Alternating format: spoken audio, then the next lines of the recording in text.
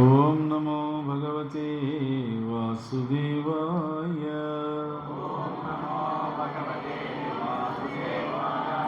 ఓం నమో భగవతే వాసుదేవాయ. చైర్ మీద పెట్టి. ఓం నమో భగవతే వాసుదేవాయ. కృష్ణాయ వాసుదేవాయ దేవకీ నందనాయ చ నందగోపకుమారాయ గోవిందాయ నమో నమః. నమః పంకజనాభాయ నమః పంకజమాలినే నమః పంకజనేత్రాయ నమస్తే పంకజాంగ్రయే. వసుదేవసుతం దేవం.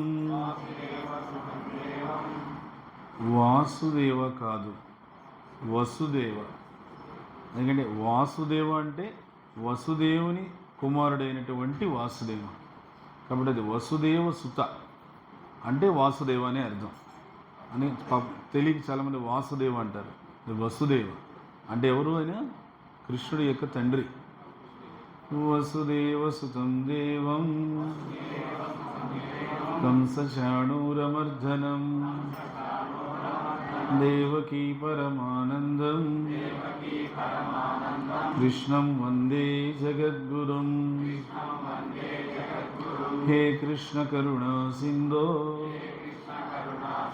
దీనబంధో జగత్పతే గోపేశ గోపికా కాంత రాధాకాంత నమోస్తుతే. తప్త కాంచన గౌరాంగీ రాధే వృందావనేశ్వరీ వృషభానుసుతే దేవి ప్రణమామి హరిప్రియే. నమో మహావదన్యాయ కృష్ణ ప్రేమ ప్రదాయతే కృష్ణాయ కృష్ణ చైతన్య నామ్నే గౌరత్విషే నమః. వాంఛాకల్పతరుభ్యశ్చ కృపా సింధుభ్య ఏవ చ పతితానాం పావనేభ్యో వైష్ణవేభ్యో నమో నమః. నమో ఓం విష్ణుపాదాయ కృష్ణప్రేష్ఠాయ భూతలే శ్రీమతే భక్తివేదాంత స్వామిన్నితి నామినే. నమస్తే సారస్వతే దేవే గౌరవాణి ప్రచారిణే నిర్విశేష శూన్యవాది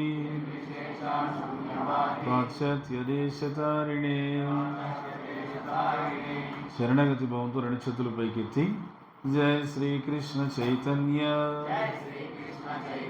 ప్రభు నిత్యానంద శ్రీ అద్వైత గదాధర శ్రీవాసాది గౌరభక్త బృంద. హరే కృష్ణ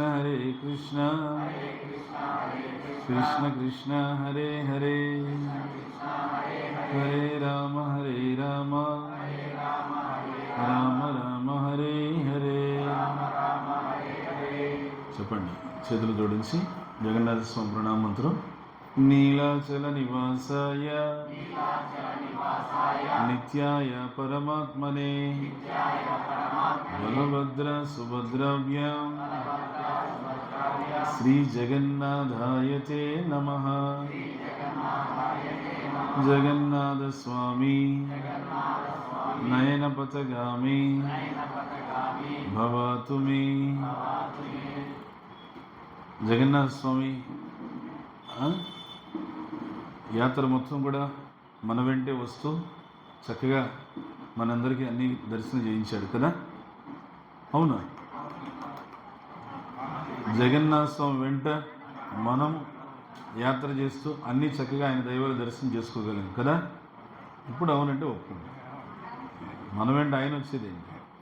భగవంతుడి వెంట మనం వస్తున్నాం. అందుకని ఆ జగన్నాథ స్వామి ఎందుకు ఇంత దూరం ఉజ్జయిని మొదలుకొని, నాథ్వారు మొదలుకొని, ఢాకోరు, తర్వాత సోమనాథు, ప్రభాస్ తీర్థం, తర్వాత గిన్నెర ప్రవర్షణ పర్వతం, దామోదర కుండు, ఆ ముచ్చుకుంద గుహ, ఇవన్నీ దాటుకొని మళ్ళీ ద్వారక, బేట్ ద్వారక, ఇవన్నీ తిరిగాడు మనతో పాటు. ద్వారక, బేట్ ద్వారక కూడా వచ్చాడు కదా. మళ్ళీ నిన్నేమో సుధాంపూరి, జాంబవాన్ గుహ, మూల ద్వారక, ఇవన్నీ ఎందుకు వచ్చాడు? ఈ జగన్నాథ స్వామి మనతో ఎందుకు వచ్చాడు? కాదు, మనం ఆయనతో ఎందుకు వచ్చాము? ఒక ప్రత్యేక కారణం. ఆ కారణం కేవలం ఈ ద్వారకలోనే మనకు తెలుస్తుంది. ఏమిటి ఆ కారణం అంటే, భగవంతుడు మొట్టమొదటి ఆ కారణం తెలుసుకోబోయే సందర్భంగా మనం ద్వారకలో జరిగిన సన్నివేశాన్ని మనం చెప్పుకోవాలి. ఆ సన్నివేశం ఏంటంటే, ఒక రోజున కృష్ణుడు సత్యభామదేవి దగ్గర కూర్చొని ఆయన మనం చెప్పుకున్నాం మొత్తం అష్టభార్యలను భగవంతుడు ఏ విధంగా తన యొక్క సేవకి ఆశ్రయం ఇచ్చాడని. ఎందుకంటే భగవంతుడి యొక్క ఆ ఒక ఉద్దేశం ఏంటంటే, వాళ్ళందరూ కూడా ఒక్కొక్క భక్తి విధానంలో భగవంతునికి దగ్గరయ్యారు. అలా జీవులు మనం కూడా ఆ పరమాత్మ అయినటువంటి కృష్ణుడికి దగ్గర కావాలంటే ఒక్కొక్క రకంగా ఒక్కొక్క విధానంలో భగవంతుని దగ్గర కావచ్చు అని చెప్పి నిరూపణ. కానీ అందులో ఎక్కువ మంది కృష్ణుడికి ఎలా దగ్గరయ్యారు చెప్పండి? ఎక్కువ మంది ఎలా దగ్గరయ్యారు? శ్రవణం ద్వారా. రుక్మిణీదేవి కృష్ణుడిని ఎప్పుడు చూడలే. కృష్ణుడి గురించి విని సాధువులు వచ్చినప్పుడల్లా వాళ్ళ రాజ్యానికి ఆ సాధువులు, నారదముని, అంగీరముని, పర్వతముని, తుమ్మురుడు, ఇలాంటి వాళ్ళంతా వచ్చినప్పుడు కృష్ణుడి యొక్క చరిత్రలంతా విని భగవంతుని ఒక్కసారి కూడా చూడలేదు, కానీ భగవంతుని జీవితం అంకితం చేయాలని చెప్పి నిర్ణయం చేస్తాం. లక్ష్మణ కూడా అంతే, భద్ర కూడా అంతే. మిత్రవింద మాత్రం బంధుత్వం. జాంబవతి ఒక భక్తుడైనటువంటి జాంబవానుడికి కుమార్తెగా పుట్టింది. ఆ భక్తుడు కోరిక నెరవేర్చే నిమిత్తం భగవంతుడు వచ్చి భక్తుడు ఇచ్చినటువంటి సమర్పణగా జాంబవతిని తీసుకున్నాడు. సత్యరాజిత్తు పశ్చాత్తాపంతో ఏం ప్రాయశ్చిత్తం చేసుకుంటే నాకు తీరుతుంది అనుకొని తన బిడ్డ సత్యభామని కృష్ణుడికి అంకితం ఇచ్చాడు. ఇట్లా ఒక్కొక్కరు ఒక్కొక్క రకంగా. తర్వాత భక్తిభావంతో కనుక మనం ప్రార్థన చేస్తే, అంటే ఎలా? అయోధ్యలో ఉన్నటువంటి ఒక భక్తుడు నగ్నజిత అనే ఆయన కుమార్తె నాగ్నజితి, చాలా పరమభక్తుడు ఆయన కృష్ణుడికి, కానీ అయోధ్యకు రాజు ఆయన. అందుకని ద్వారక నుంచి భగవంతుడు అయోధ్యకు వెళ్ళి అక్కడ నాగ్నజితిని ఎలా వివాహం చేసుకున్నాడు? 7 వృషభాలని ఒకేసారి వాటి గర్వం అణిచి వాటిని అదుపులో పెట్టుకొని, అది ఎలా? 7 రూపాలలో 7 మంది కృష్ణులుగా వచ్చి అదుపులో పెట్టుకొని తీసుకొచ్చుకున్నాడు.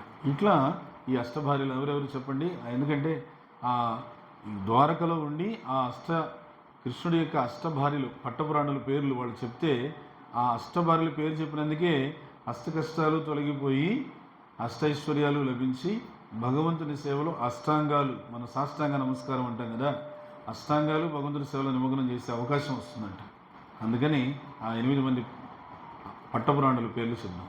మొట్టమొదటి రుక్మిణీదేవి, సత్యభామాదేవి, జాంబవతీదేవి, మిత్రవిందాదేవి, నాగ్నజితీదేవి, లక్ష్మణ, భద్రాదేవి, ఇంకెవరు మిగిలారు?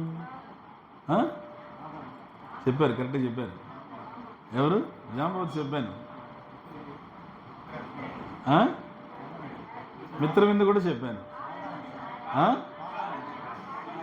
కాళింది. కాళింది అంటే ఎవరో కాదు, యమున. కాళింది ఆమె ఎలా భగవంతుని దగ్గర అయింది? తపస్సు ద్వారా. కఠోరమైనటువంటి తపస్సు చేసింది. ఎక్కడ చేసింది ఆమె తపస్సు? యమునోత్రిలో చేసింది. మనం చార్ధామ్కు చెప్తామే, యమునోత్రి, గంగోత్రి, కేదార్నాథ్, బద్రీనాథ్. అలా ఈ 8 మంది భగవంతుని యొక్క సేవలో ఇక్కడ అంకితమయ్యారు. కృష్ణుడు సత్యభామదేవి దగ్గర ఉన్నప్పుడు ఒక రోజున పెంచాలా? ఇంకా పెంచాలి. హరే కృష్ణ. అక్కడ కాదు, ఇక్కడ పెంచాలి. వినిపిస్తుందా? చివర అప్పుడు ఆ కృష్ణుడు సత్యభామదేవి దగ్గర ఉండి మాట్లాడుతూ ఉన్నప్పుడు, సంభాషణ చేస్తూ ఉండగా వాళ్ళకి ఇంట్లో ఒక శబ్దం అనిపించింది. నారాయణ నారాయణ. ఎవరు వచ్చారు? టీవీలో సినిమాల్లో బాగానే ట్రైనింగ్ ఉంది కదా. నారదముని వచ్చి చాలా ఎట్లా అంటే ఆయన చూడగానే కృష్ణుడు టక్కన చూస్తాడు. ఎందుకంటే ఈ నారదముని ఊరికే రాడు అని చెప్పి, ఊరికే రారు మహాత్ములు అంటారు, వచ్చారు, విషయం ఏంటి చెప్పండి. నారదముని అన్నాడు, నాకు చాలా కలతగా ఉంది స్వామి అని. దేనికి కలత అని అంటే, నిండు ప్రాణాలు బలైపోతున్నాయి, దానికోసం కలతగా ఉంది అని చెప్పి అన్నాడు. కొంచెం దూరం పెట్టి కొద్దిగా, చాలా అది నాకు కలత కలిగిస్తుంది అన్న.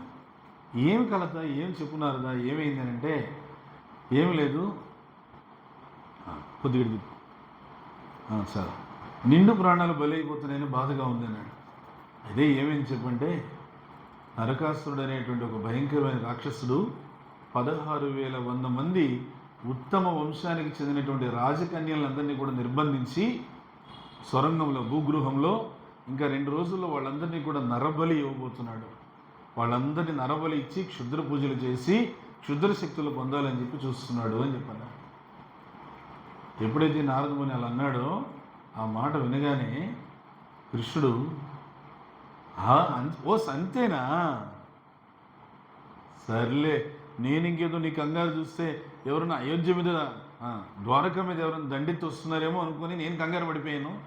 ద్వారక మీద ఎవరు దండెత్తి రావడం లేదు కదా, మన ద్వారక సురక్షితమే కదా అని అంటే నారదముని ఆశ్చర్యపోయాడు. ఇదేంటి భగవంతుడు ఇట్లా మాట్లాడుతున్నాడు? హరే కృష్ణ ప్రభుజీ, సనాతన ప్రభుకి జయ.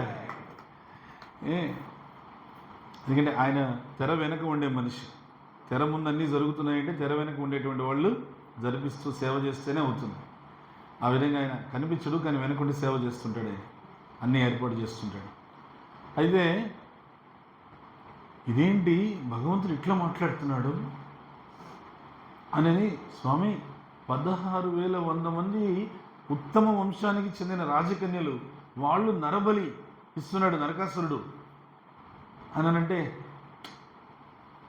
ఎవరినో చంపుకుంటే మనకేంటయ్యా, మన ద్వారక మీద దండేస్తూ వస్తే చెప్పు, మాట్లాడదాం, అంతేగాని ఎవడో వచ్చి ఎవరినో చంపుకున్నాడంటే మనకేం పని అని అన్నాడు కృష్ణుడు. ఇవి కృష్ణుడు మాట్లాడాల్సిన మాటలేనా ఇవి? అసలు కృష్ణుడి నోట్ల నుంచి రావాల్సినటువంటి పదాలేనా ఇవి అని నారదమునికి ఆశ్చర్యం. ఎందుకు భగవంతుడు మరి ఈ విధంగా మాట్లాడేవాడు? అక్కడ భగవద్గీతలో ఆ రోజు కురుక్షేత్రంలో అట్లా ఎందుకు చెప్పాడు?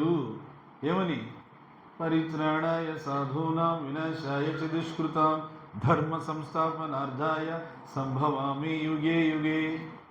సాధువుల్ని, భక్తుల్ని రక్షించడానికి, దుష్టుల్ని శిక్షించడానికి, ధర్మాన్ని పునఃస్థాపన చేయడానికి ప్రతి యుగంలో నేను అవతరిస్తుంటానని చెప్పి, అలా చెప్పిన ఆ అవతారంలోనే ఆ కృష్ణుడే ద్వారకకు వచ్చేసరికి ఇలా మాట్లాడుతున్నాడు ఏంటి? నారదమునికి ఏం అర్థం కాలేదు.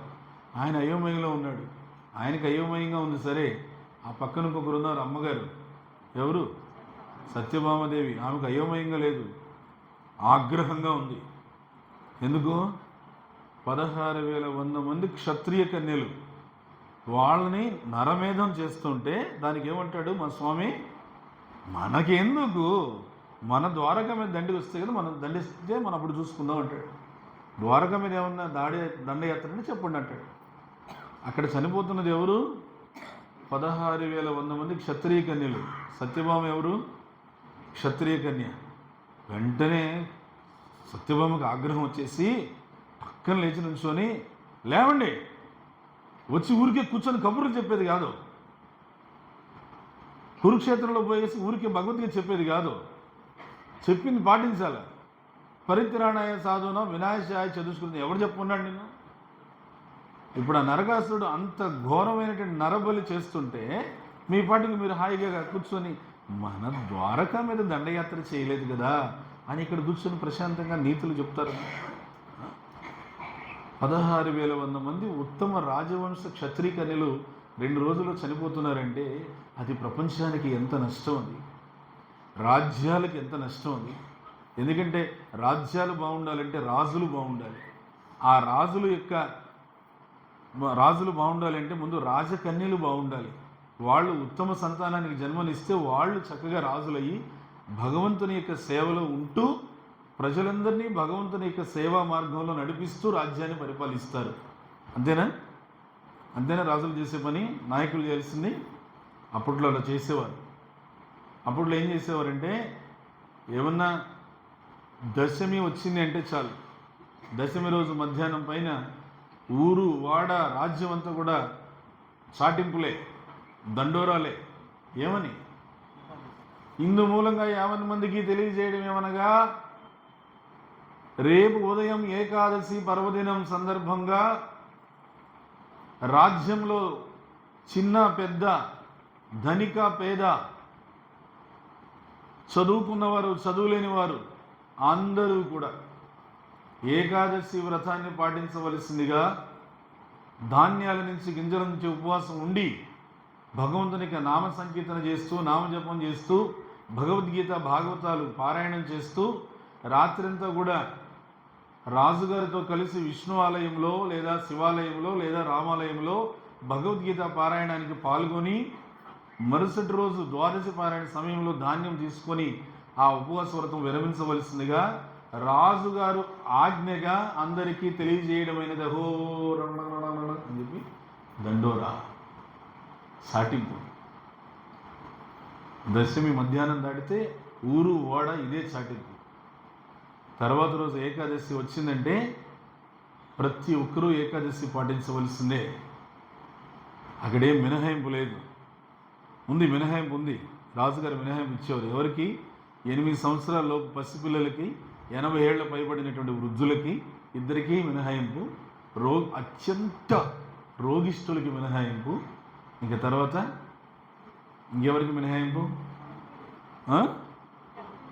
అమ్మా, బాలింతలకి మినహాయింపు లేదు. అదే బాలింతలు అంటే గర్భిణీ స్త్రీలకి మినహాయింపు లేదు. వాళ్ళు ఇంకా ఏకాదశి పాటిస్తే శక్తివంతమైనటువంటి శిశువు ప్రవేశిస్తాడు.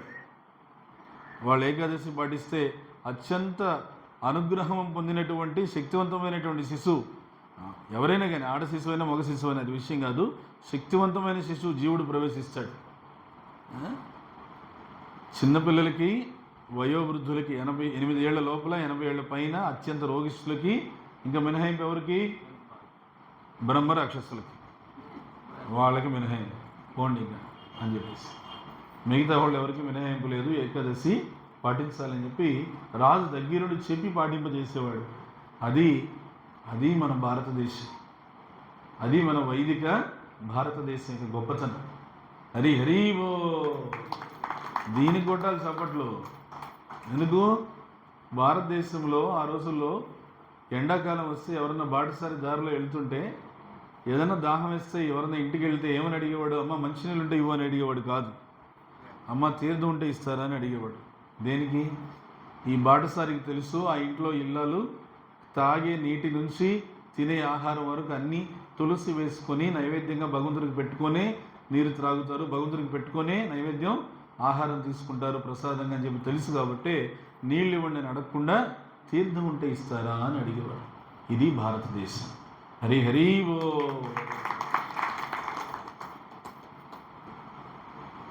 అలాంటి ఈ పవిత్రమైనటువంటి వేదభూమి, ధర్మభూమి, పుణ్యభూమికి చెప్పబడే భారతదేశంలో ఆ క్షత్రియ వంశాలు ఎంత ముఖ్యమో తెలియజేస్తున్నారు. కారణం, ఆ క్షత్రియ కన్యలు అంత జాగ్రత్తగా ఉండాలి అని, వాళ్ళు పాతివ్రత్యాన్ని అంత జాగ్రత్తగా పాటించాలి అని. ఎందుకనంటే వాళ్ళు పాతివ్రత్యాన్ని పాటిస్తే వచ్చేటువంటి సంతానం పవిత్రమైనటువంటి సంతానం. ఆ పవిత్రమైన సంతానం ఏం చేస్తారు? పవిత్రమైన ఆలోచనలు చేస్తారు. పవిత్రమైన ఆలోచనలతో ఉండేవాడు పవిత్రమైన మాటలు మాట్లాడతాడు, పవిత్రమైన మాటలు మాట్లాడు, పవిత్రమైన చేష్టలు చేస్తాడు. దానివల్ల సమాజానికి మంచి జరుగుతుంది. అపవిత్రమైన ఆలోచనలు ఉంటే అపవిత్రమైన మాటలు, అపవిత్రమైన మాటలు మాట్లాడితే అపవిత్రమైన చేష్టలు. అవే పొద్దున పేపర్ తీస్తే ఈరోజు మనం చూసేటువంటి చర్యలు. అందుకని సమాజంలో రాజకన్యల్ని అంత జాగ్రత్తగా చూసుకునేవాడు. ఎందుకంటే they are the head of the society. వాళ్ళు సమాజానికి తలలు. అలాంటి 16,100 మందిని నరకాసురుడు వెతికి వెతికి వెతికి అపహరించి పట్టుకొచ్చి భూగృహంలో బంధించాడు. వాళ్ళందరినీ ఒకేసారి నరబలిచ్చి క్షుద్రశక్తులకి తాను అపరిమితమైన క్షుద్రశక్తులు పొందాలని ఆలోచన. ఏం చేయాలి?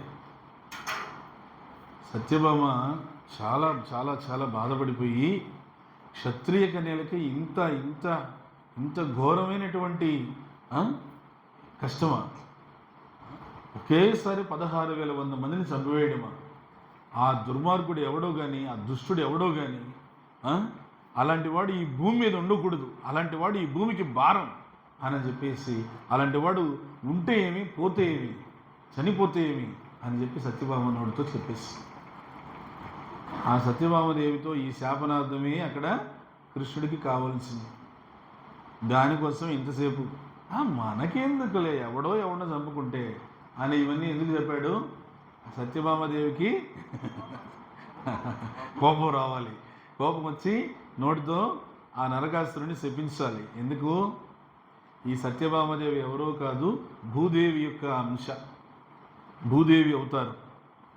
మరి ఆ నరకాసురుడు ఎవరో కాదు, భూదేవి యొక్క కుమారుడు. మనకు చాలా దగ్గర సంబంధం ఉన్నవాడే. ఎక్కడ మర్చిపోయారా? ఏ ఊరు మందే? ఏ ఊరియా మీదే? తిరుపతి. ఆ పేరు చెప్పకపోతే తిరుపతి ఉంటే పరపతి కూడా తీసేస్తారా మీరు? తిరుపతి కదా మంది. ఆ తిరుపతికి సత్యయుగంలో హిరణ్యాక్షుడు సంహరించిన తర్వాత, భూదేవిని రక్షించిన తర్వాత, ఈ మధ్య మీరు మహావతార నరసింహ సినిమా చూడలేదా? చూశారు కదా. అందులో మొట్టమొదట ఎవరు అవతరిస్తారు? హిరణ్యాక్షుడిని సంహరించడానికి వరాహమూర్తి అవతరిస్తాడు.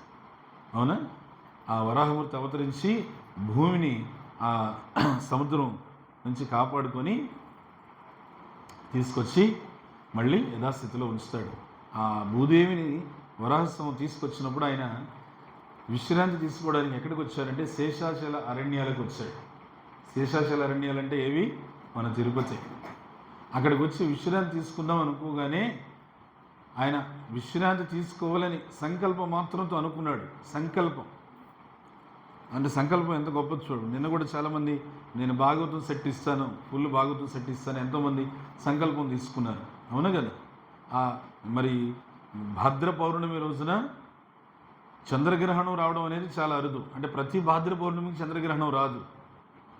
నాకు తెలిసి ఎప్పుడో చాలా చాలా చాలా నాకు తెలిసి భాద్ర పౌర్ణమి రోజు చంద్రగ్రహణం అనేది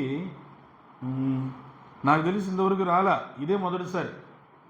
వేరే వేరే పౌర్ణమికి వచ్చి ఉండే చంద్రగ్రహణం, భాద్ర పౌర్ణమి రోజు చంద్రగ్రహణం నాకు తెలిసి ఇదే మొదటిసారి అనుకుంటా. ఇంతకుముందు ఎప్పుడు రాలేదు. ఎందుకంటే భాద్ర పౌర్ణమి రోజు ఉదయాన్నే మేము భాగవత సెట్లంతా పంచాం. కానీ ఇది మొదటిసారి చంద్రగ్రహణం భాద్ర పౌర్ణమి రోజు వచ్చి ఆ రోజున పవిత్రమైన ద్వారకాధామలో ఆ భగవంతుడు ద్వారకాధీశుడు చెప్పినటువంటి, ద్వారకాధీశుడు ఆవిర్భవించినటువంటి కారణం ఏదైతే ఉందో ఆ కారణాన్ని మీరందరూ కూడా దానంగా ఇవ్వడానికి సిద్ధపడ్డారు. ద్వారకాధీశుడికి రావడానికి కారణం ఎవరో తెలుసా మీకు? ద్వారకాధీశుడికి రావడానికి కారణం ఎవరమ్మా? జరాసంధుడా? నో, నేను అనేది ద్వాపరయుగం గురించి కాదు మాట్లాడేది.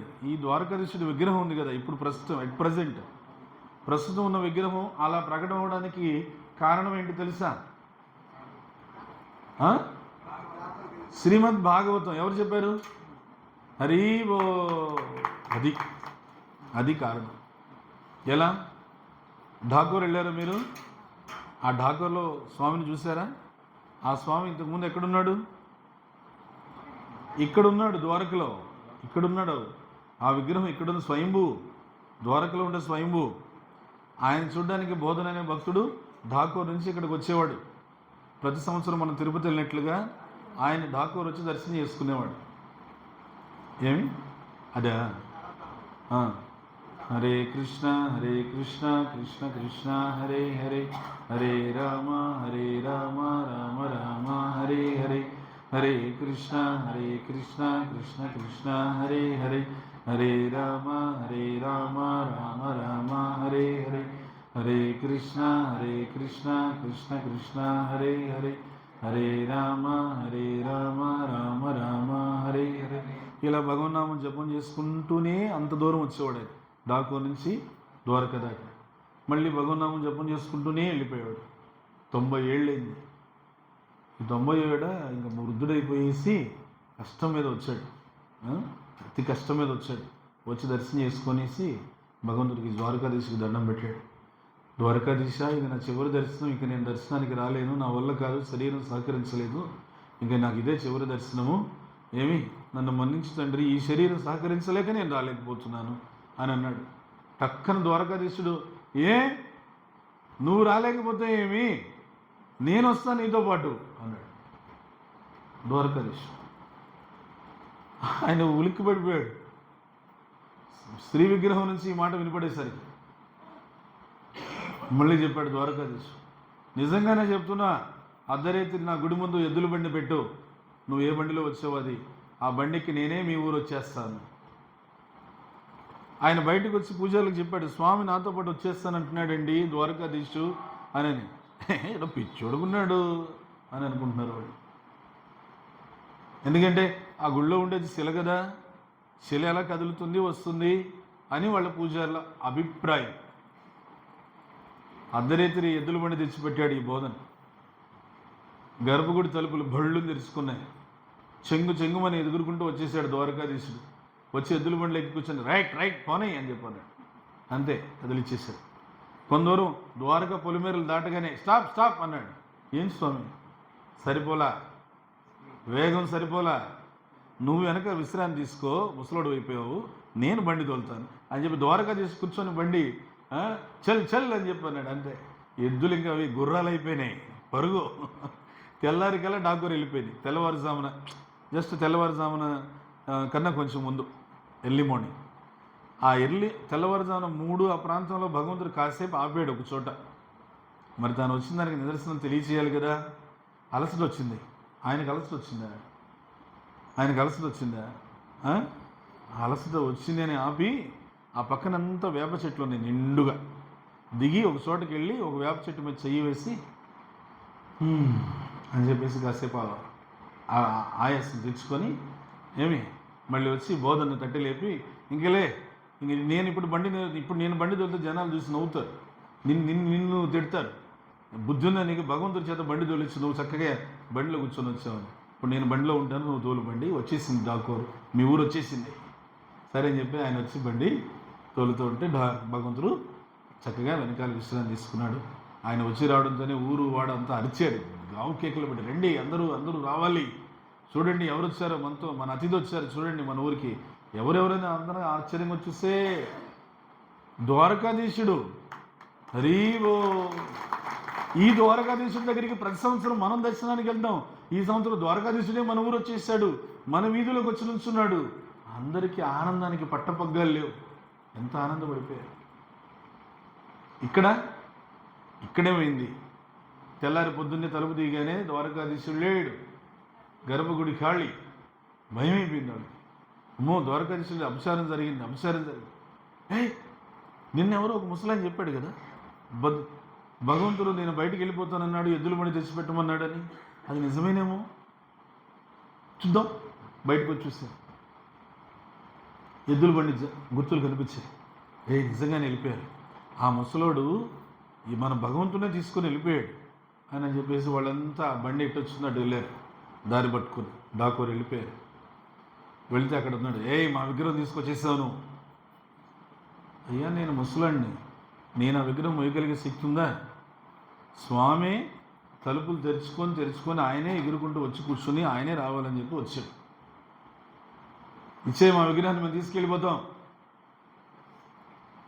మీ ఇష్టం. స్వామి దగ్గరికి వెళ్ళి భగవంతుడికి ప్రార్థన చేసుకున్నాడు. ఆయన రాక మా ఊరు వచ్చావు ద్వారకాధీశ, మళ్ళీ వదిలిపెట్టి వెళ్ళిపోతే మాకు బాధ అవుతుంది కదా. ఆ బృందావనంలో అట్లా 11 సంవత్సరాలు ఉండి వాళ్ళని వదిలిపెట్టి వెళ్ళిపోయావు. ఆ బృందావనం అసలు ఎంత బాధపడ్డారు నువ్వు లేకపోవడంతో. మళ్ళీ మమ్మల్ని వదిలిపెట్టి వెళ్ళొద్దు అని చెప్పేశాను. ద్వారకాధీశుడు అన్నాడు, సరే వాళ్ళకి అడుగు, ఆ పూజారులకి విగ్రహం కావాలా, విగ్రహం బరువు అన్నంత బంగారం కావాలా. వెళ్ళి అడిగాడు ఈయన, అయ్యా మీకు విగ్రహం ఇస్తాను తీసుకెళ్ళిపోతారా, విగ్రహం బరువు అంత బంగారం కావాలా? బంగారం, గోల్డ్, అది విగ్రహం బరువునంత. అందరూ పక్కేళ్ళు మాట్లాడుకున్నారు. ఇదిగో ఎంత లేదన్నా తల ఒక బస్తా వస్తుంది బంగారం, ఎందుకంటే ఆ విగ్రహం బరువునంత బంగారం అంటే మరి తలా ఒక మూట వేసుకొని పోవచ్చు.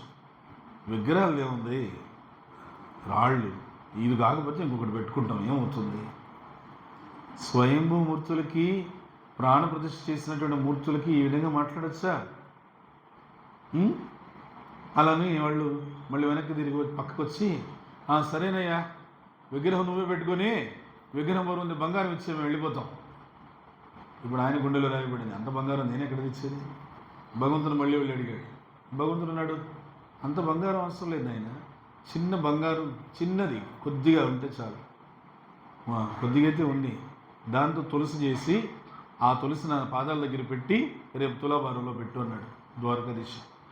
ఉదయాన్నే తులాభారం. ఎప్పుడో ద్వాపర యుగంలో రుక్మిణి సత్యభామ శ్రీకృష్ణ తులాభారం చేశారని విన్నాం. మళ్ళీ 300-400 సంవత్సరాల క్రితం స్వయంగా అక్కడ ఢాకూర్లో జరిగింది ఆ తులాభారం, శ్రీకృష్ణ తులాభారం.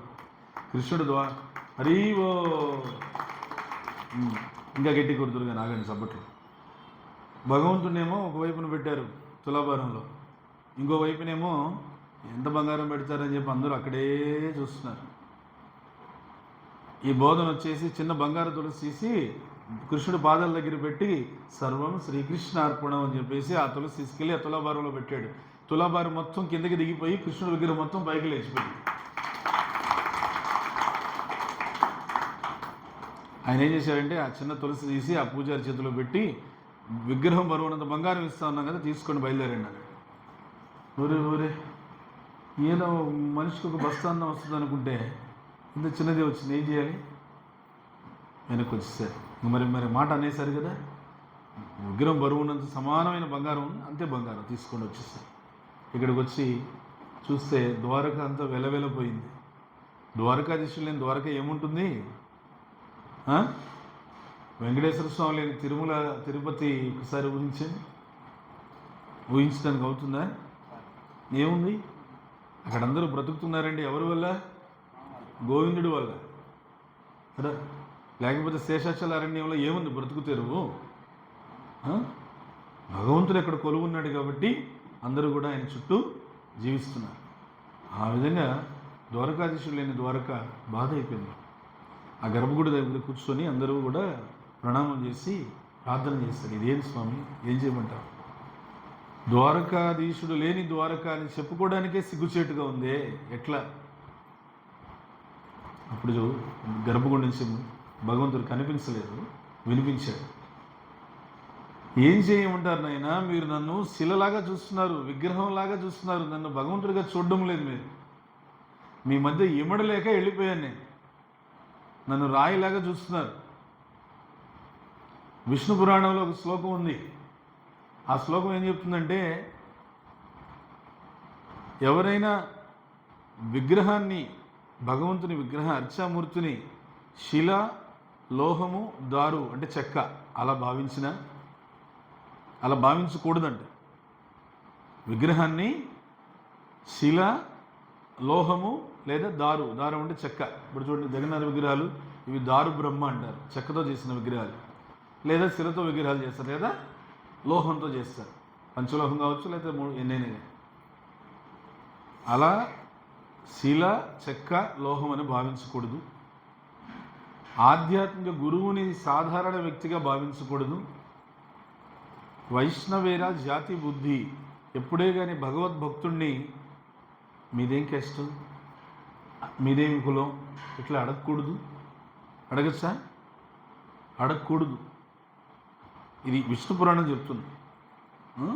ఎప్పుడే కానీ అలాగా అడగకూడదు. ఎందుకంటే ఎప్పుడైతే నువ్వు కులం గురించో, మతం గురించో, ప్రాంతం గురించో అడిగావో, అడగగానే ఏమైంది? నువ్వు శరీర భావంలోకి వెళ్ళిపోయావు, దేహాత్మ బుద్ధి. ఆ దేహాత్మ బుద్ధిలోకి వెళ్ళిపోయినప్పుడు నువ్వు ఈ శరీరాల్లోనే బంధించబడి ఉంటావు తప్ప శరీరాల నుంచి బయటికి రాలేవు. పునరపి జననం, పునరపి మరణం, పునరపి జననం, పునరపి మరణం. అందుకనే ఈ మాట అప్పట్లో కూడా ఎక్కువ ఉండేది, అప్పట్లో పాతకాలంలో. అందుకనే ఇలాంటి భేదభావాలన్నీ కూడా పూర్తిగా రూపుమాపడానికే తిరుమల కొండ మీద, తిరుమల అంతా ఎక్కువ ఉండేది ఈ భావన. అందుకనే ఆయన ఏం చెప్పాడు, అన్నమాచార్య ఈ భావన తీసేయాలని జనాల్లో ఆయన ఏం చెప్పారు, కనిపించగానే 2 మాటలు మాట్లాడుకోగానే మీదేం క్యాస్ట్ అంటాం కదా, అందుకే ఆయన చెప్పేస్తాడు, కులమును నీవే గోవిందుడా, కులమును నీవే గోవిందుడా, నా కలిమియు నీవే కరుణానిధి, తలపును నీవే ధరణీధరా, తలపును నీవే ధరణీధరా, నెలవును నీవే నీరజనాభ, అంతయు నీవే హరిపుండరీకాక్ష,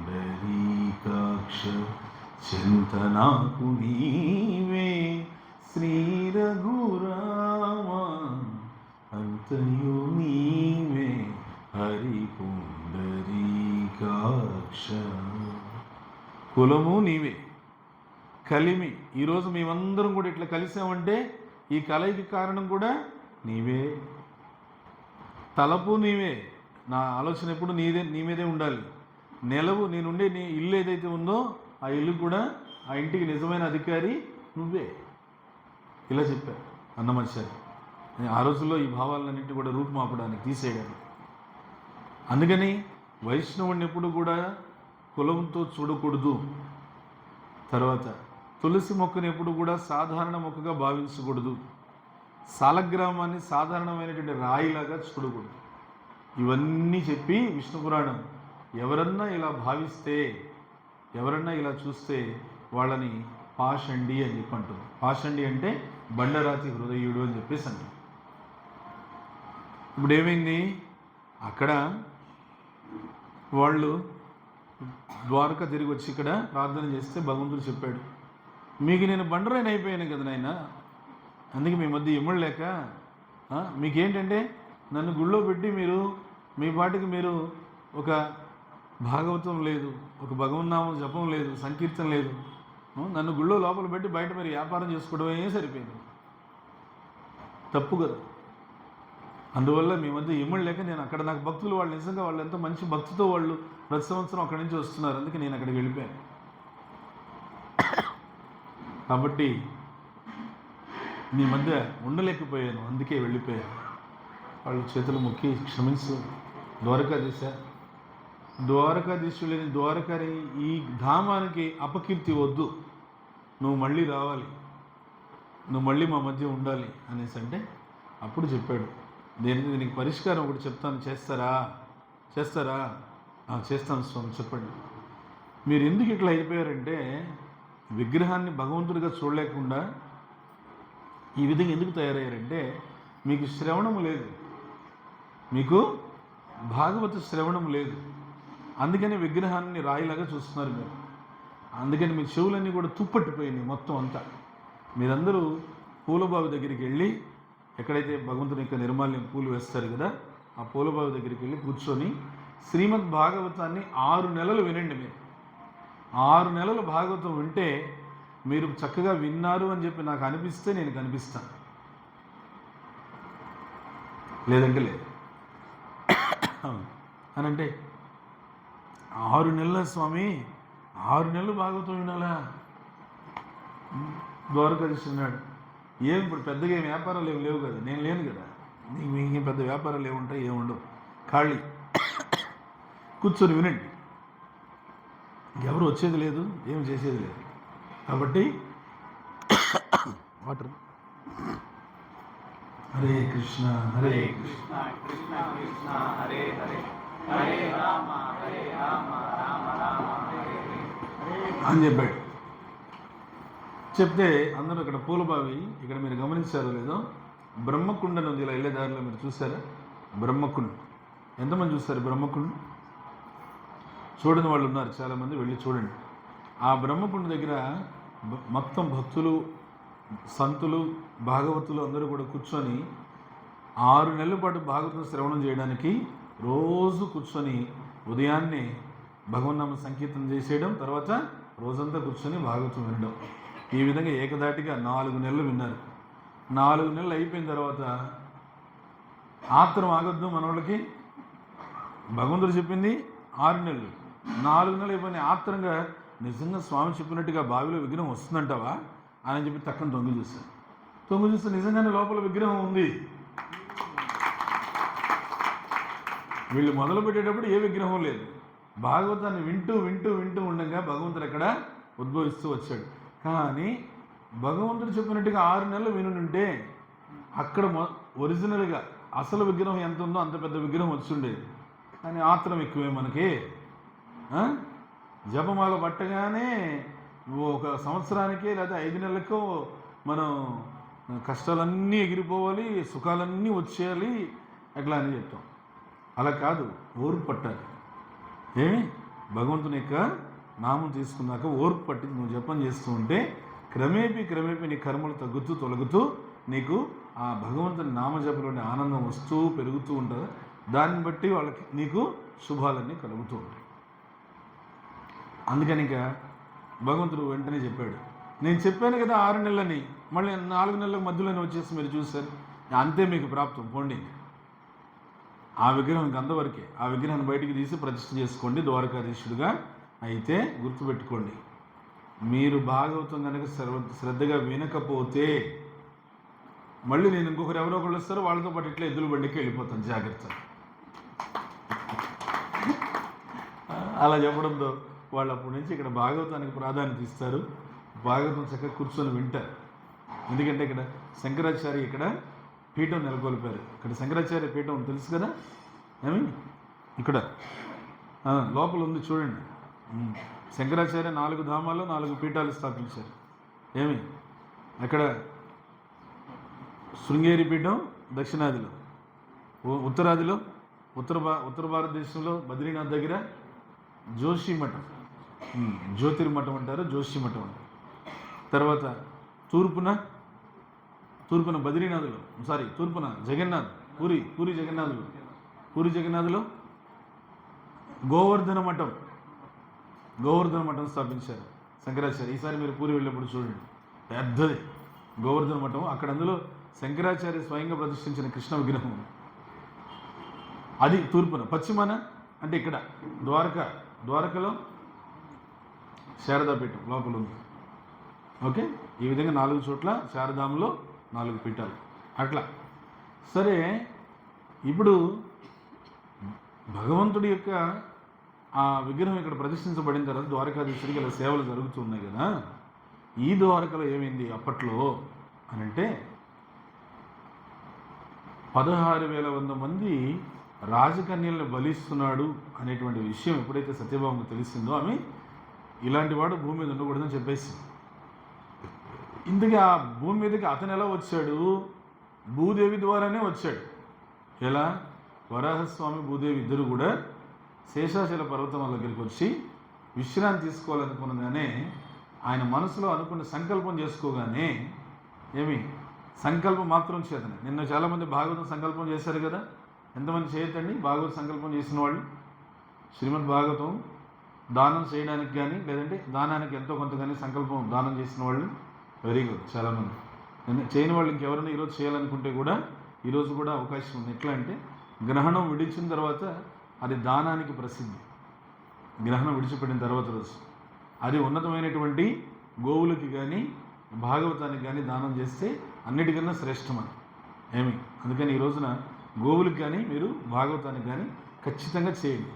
అది 10 రూపాయలైనా పర్వాలేదు, బట్ ఖచ్చితంగా చేయండి. ఎందుకంటే మీ చేత్తో ఆ దానం వెళ్ళిందంటే ద్వారకాధీశుడు చూస్తాడు, ఆ అనుగ్రహం మీకు ఇస్తాడు. ఎంత అనేది ముఖ్యం కాదు, ఇచ్చారా లేదనేదే ముఖ్యం. ఓకేనా? అది మీ స్తోమత, మీ ఇష్టం. సో భగవంతుడు ఇక్కడ ఎవరైతే వరాహస్వామి భూదేవితో ఆయన సంకల్పం చేయగానే గరుత్మంతుడు ఏం చేశాడు? వైకుంఠానికి వెళ్ళి అక్కడ క్రీడాచల పర్వతం ఉంటే దాన్ని తీసుకొచ్చి ఈ వెంకటాచలం దగ్గర పెట్టేశాడు. వరాహమూర్తి వెళ్ళి భూదేవితో అక్కడ కొండ మీద కొలువున్నాడు. అప్పుడు వాళ్ళిద్దరికీ ఒక బిడ్డ జన్మించాడు. వాళ్ళకి జన్మించిన బిడ్డ పేరు భౌముడు. భూదేవికి పుట్టాడు కాబట్టి భౌముడు. ఎంతో ఆనందపడిపోయేసి భూదేవి ఈ బిడ్డకి వరం ఇవ్వండి స్వామి అంది. ఏ వరం కావాలి కోరుకో అన్నాడు. మరణం లేకుండా వరం ఇవ్వండి అని. భూదేవి తల్లి అనిపించుకున్నావు, తల్లి అనిపించుకున్నావు. నీకు తెలుసు కదా జన్మించిన వాడు జీవుడు, జీవుడు అంటే ఏదో ఒక రోజున మరణించాల్సిందే. అతనికి నువ్వు మరణం లేకుండా ఎట్లా అడుగుతున్నావు? అది తప్పు కదా. అది అంటే ఏమో స్వామి అడగాలనిపించింది, అడిగాను, దయచేసి అనుగ్రహించండి అని అంటే, అలా ప్రత్యక్షంగా మరణం లేనటువంటి వారం నేను ఇవ్వలేను, దేనికన్నా మినహాయింపు కోరుకో అని చెప్పాను. ఆలోచన చేసి భూదేవి తల్లి కోరుకుంటే తప్ప ఈ బిడ్డకి మరణం రాకూడదు, ఆ విధంగా వరం ఇవ్వండి. ఏ తల్లి ఏ బిడ్డ మరణాన్ని కోరుకుంటుందని చెప్పండి. అనుకొని భూదేవి అలా అడిగింది. భగవంతుడు అనుకొని, ఓహో పెద్ద తెలివితేటలతో అడిగాను అనుకుంటున్నావు నువ్వు, సరే తదాస్తు. ఎందుకంటే భూదేవి అడిగింది కాబట్టి తృప్తిపరచాలి, తదాస్తు. కానీ భగవంతుడికి తెలీదా ఎట్లా రావాలో? నువ్వు 100 దారుల్లో ప్లాన్ చేస్తే భగవంతుడు ఆ 100 దారులు పక్కన పెట్టి 101వ దారిలో వస్తాడే. ఈ భూదేవి ఇలా అడిగితే భూదేవి వంశైన సత్యభామదేవి చేత భగవంతుడు సత్యభామదేవిని ఉడికించి, సత్యభామదేవికి బాగా కోపం తెప్పించి ఏం పలికిచ్చాడు? ఇలాంటి పాపాత్ముడు దుర్మార్గుడు ఈ భూమి మీద ఉండకూడదు అని చెప్పేస్తున్నాడు. ఆ భూమిపుత్రుడే. భూమిపుత్రుడు అంటే భగవంతుడి పుత్రుడు కాడా? వరాహస్వామి పుత్రుడు కాడా అతను? కదా. వరాహమూర్తి కుమారుడే అయినా భగవంతుడు తన పుత్రుడే అయినా కూడా ధర్మాన్ని తప్పితే తనవాడని కూడా చూడే. భగవంతుడికి తెలియదా? అతను పుట్టగానే విష్ణు భక్తుడే. ఎవరు? భూదేవి కుమారుడు. పేరు భౌముడు. భూదేవికి పుట్టాడు కాబట్టి భౌముడు. పెరిగి పెద్దయ్యే కొద్ది ఏమైంది? విష్ణు భక్తుడుగానే పెరిగాడు. విష్ణు పుత్రుడు, విష్ణు భక్తుడు. పెద్దయిన తర్వాత భూదేవి ఏం చేసిందంటే ఉన్నతమైన విద్య కోసం అని చెప్పి కాశీకి పంపించింది.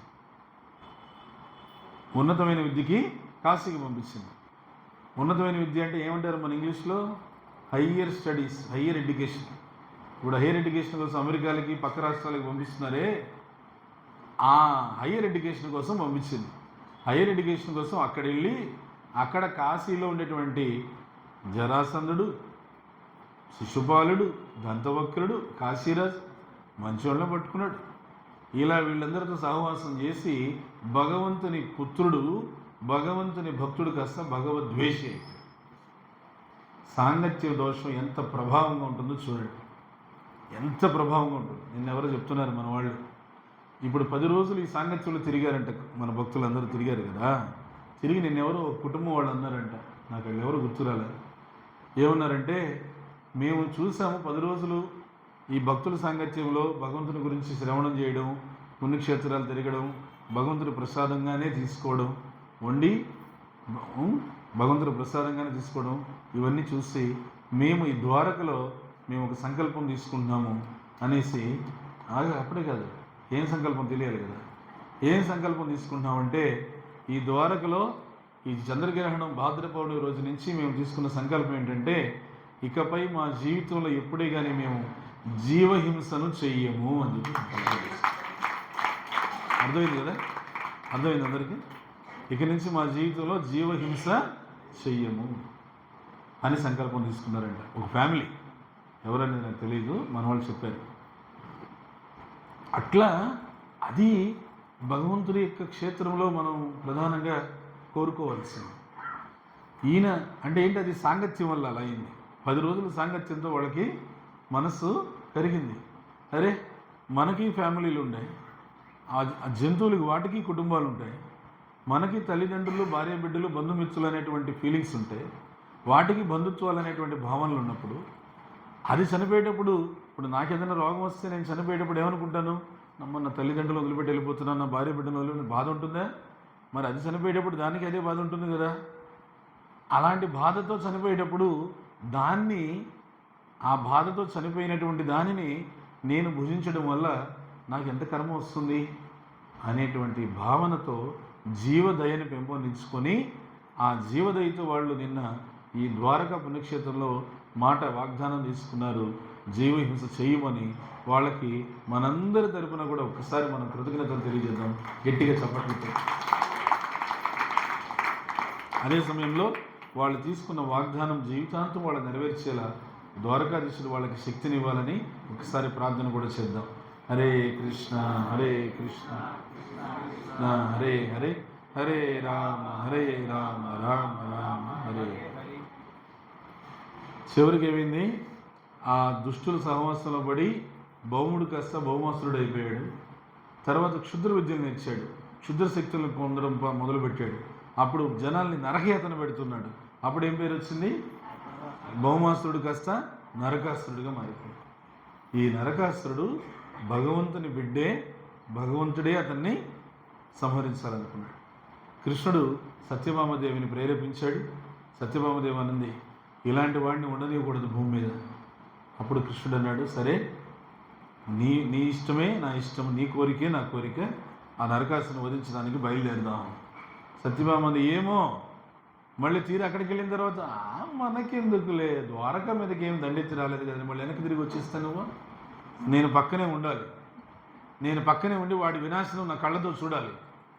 16,100 మందిని నరబలిద్దాం ఉన్నాడు, వాడు మనిషి అయిన వాడు, ఎంత ఘోరమైన వాడు అనేసి సత్యభామ చాలా కోపంగా ఉంది.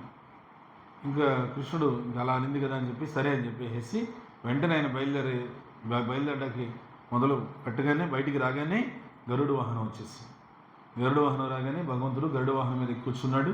సత్యభామదేవి కూడా కూర్చుంది. గరుడు వాహనం ప్రాగ్జ్యోతిషపురానికి వెళ్ళింది. ప్రాగ్జ్యోతిషపురం అంటే ఇప్పుడు ఎట్ ప్రజెంట్ ఏ ఊరది తెలుసా? ప్రాగ్జ్యోతిషపురం ఎట్ ప్రజెంట్ గౌహతి, గౌహతి ఉంది కదా, అది ప్రాగ్జ్యోతిషపురం. ఎన్ని శాస్త్రాలు ఉన్న పేర్లన్నీ ఇప్పుడు ప్రజెంట్ వాటికి అన్నీ ఉన్నాయి, చరిత్రలు అన్నిటికీ ఉన్నాయి. కాకపోతే ఏంటంటే మనకి చిన్నప్పుడు పాఠాల్లో ఈ చరిత్రల గురించి ఎవరు చెప్పలా.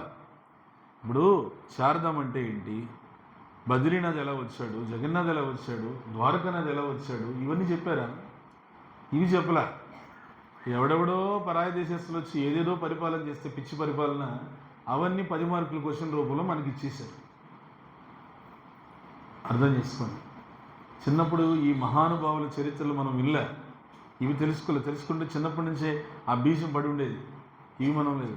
ఇది ఫ్రెంచ్ పరిపాలన, డచ్ పరిపాలన, ఇవన్నీ చెప్పుకుంటూ అదేమంటే అదంతా చరిత్ర. మరి ఇదేంటి? ఇది చరిత్ర కదా. ఇప్పుడు 400 ఏళ్ల క్రితం జరిగింది శ్రీకృష్ణ తులాభారం డాకోర్లో.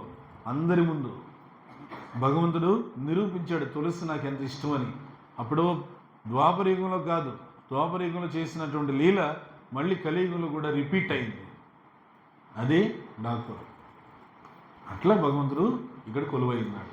సో ద్వాపరయుగంలో భగవంతుడు వెళ్ళి గరుడ వాహనం మీద ఆ నరకాసురుణ్ణి వధించేశాడు.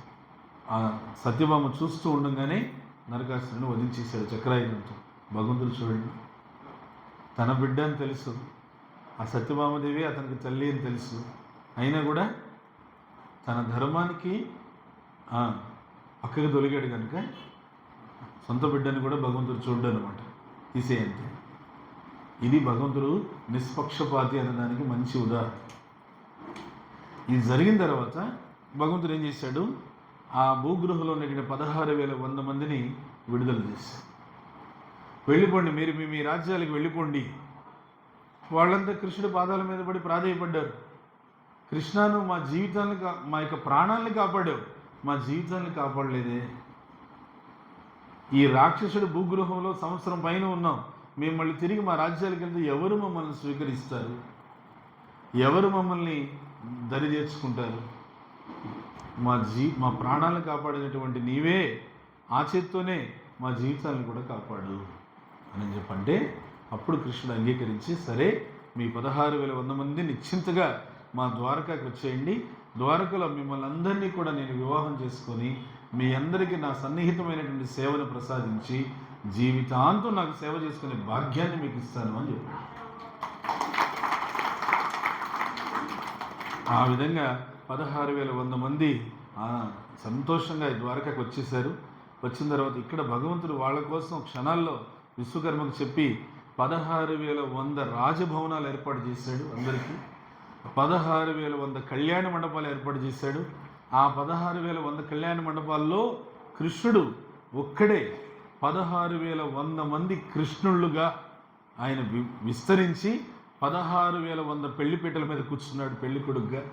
అందరూ కూడా కూర్చొని ఆ రాణులంతా కూడా వాళ్ళు భగవంతుణ్ణి సేవ చేసుకోవడానికి గాను ఆ భగవంతుణ్ణి వాళ్ళంతా కూడా ఆశ్రయం తీసుకోవడానికి గాను వివాహం చేసుకున్నారు.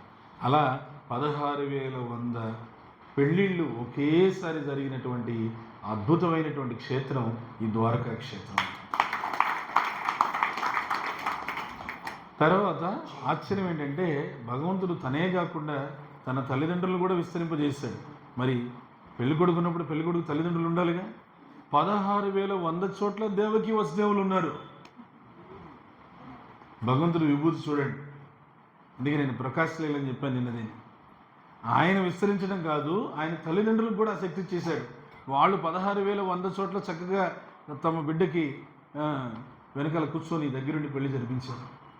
ఎంత అదృష్టం చూడండి, ఎంత భాగ్యం. ఈ విధంగా భగవంతుడు లీలలు చేశాడు. చేస్తే అంటే ఆ 16,100 మంది ద్వారకకి ఎలా వచ్చారనే దానికి నేను చెప్తున్నాను. ఇది ఈ విధంగా లీలలు చేస్తే బయట వాళ్ళు ఈ లీలలు విన్నప్పుడు భగవంతుడు కృష్ణుడా ఎట్లా అన్ని వేల మందిని వివాహం చేసుకున్నాడు, భగవంతుడు ఎట్లా అవుతాడు? ఆయన భగవంతుడైతే అన్ని వేల మందిని ఎందుకు వివాహం చేసుకోవాలి? పాయింట్ ఆయన అన్ని వేల మందిని వివాహం చేసుకున్నాడు అనేది కాదు. పాయింట్ ఈయనకి అలాంటి ఛాన్స్ రాలేదే అని. అర్థమైంది? అక్కడ లోపల ఉండేది అసూయ.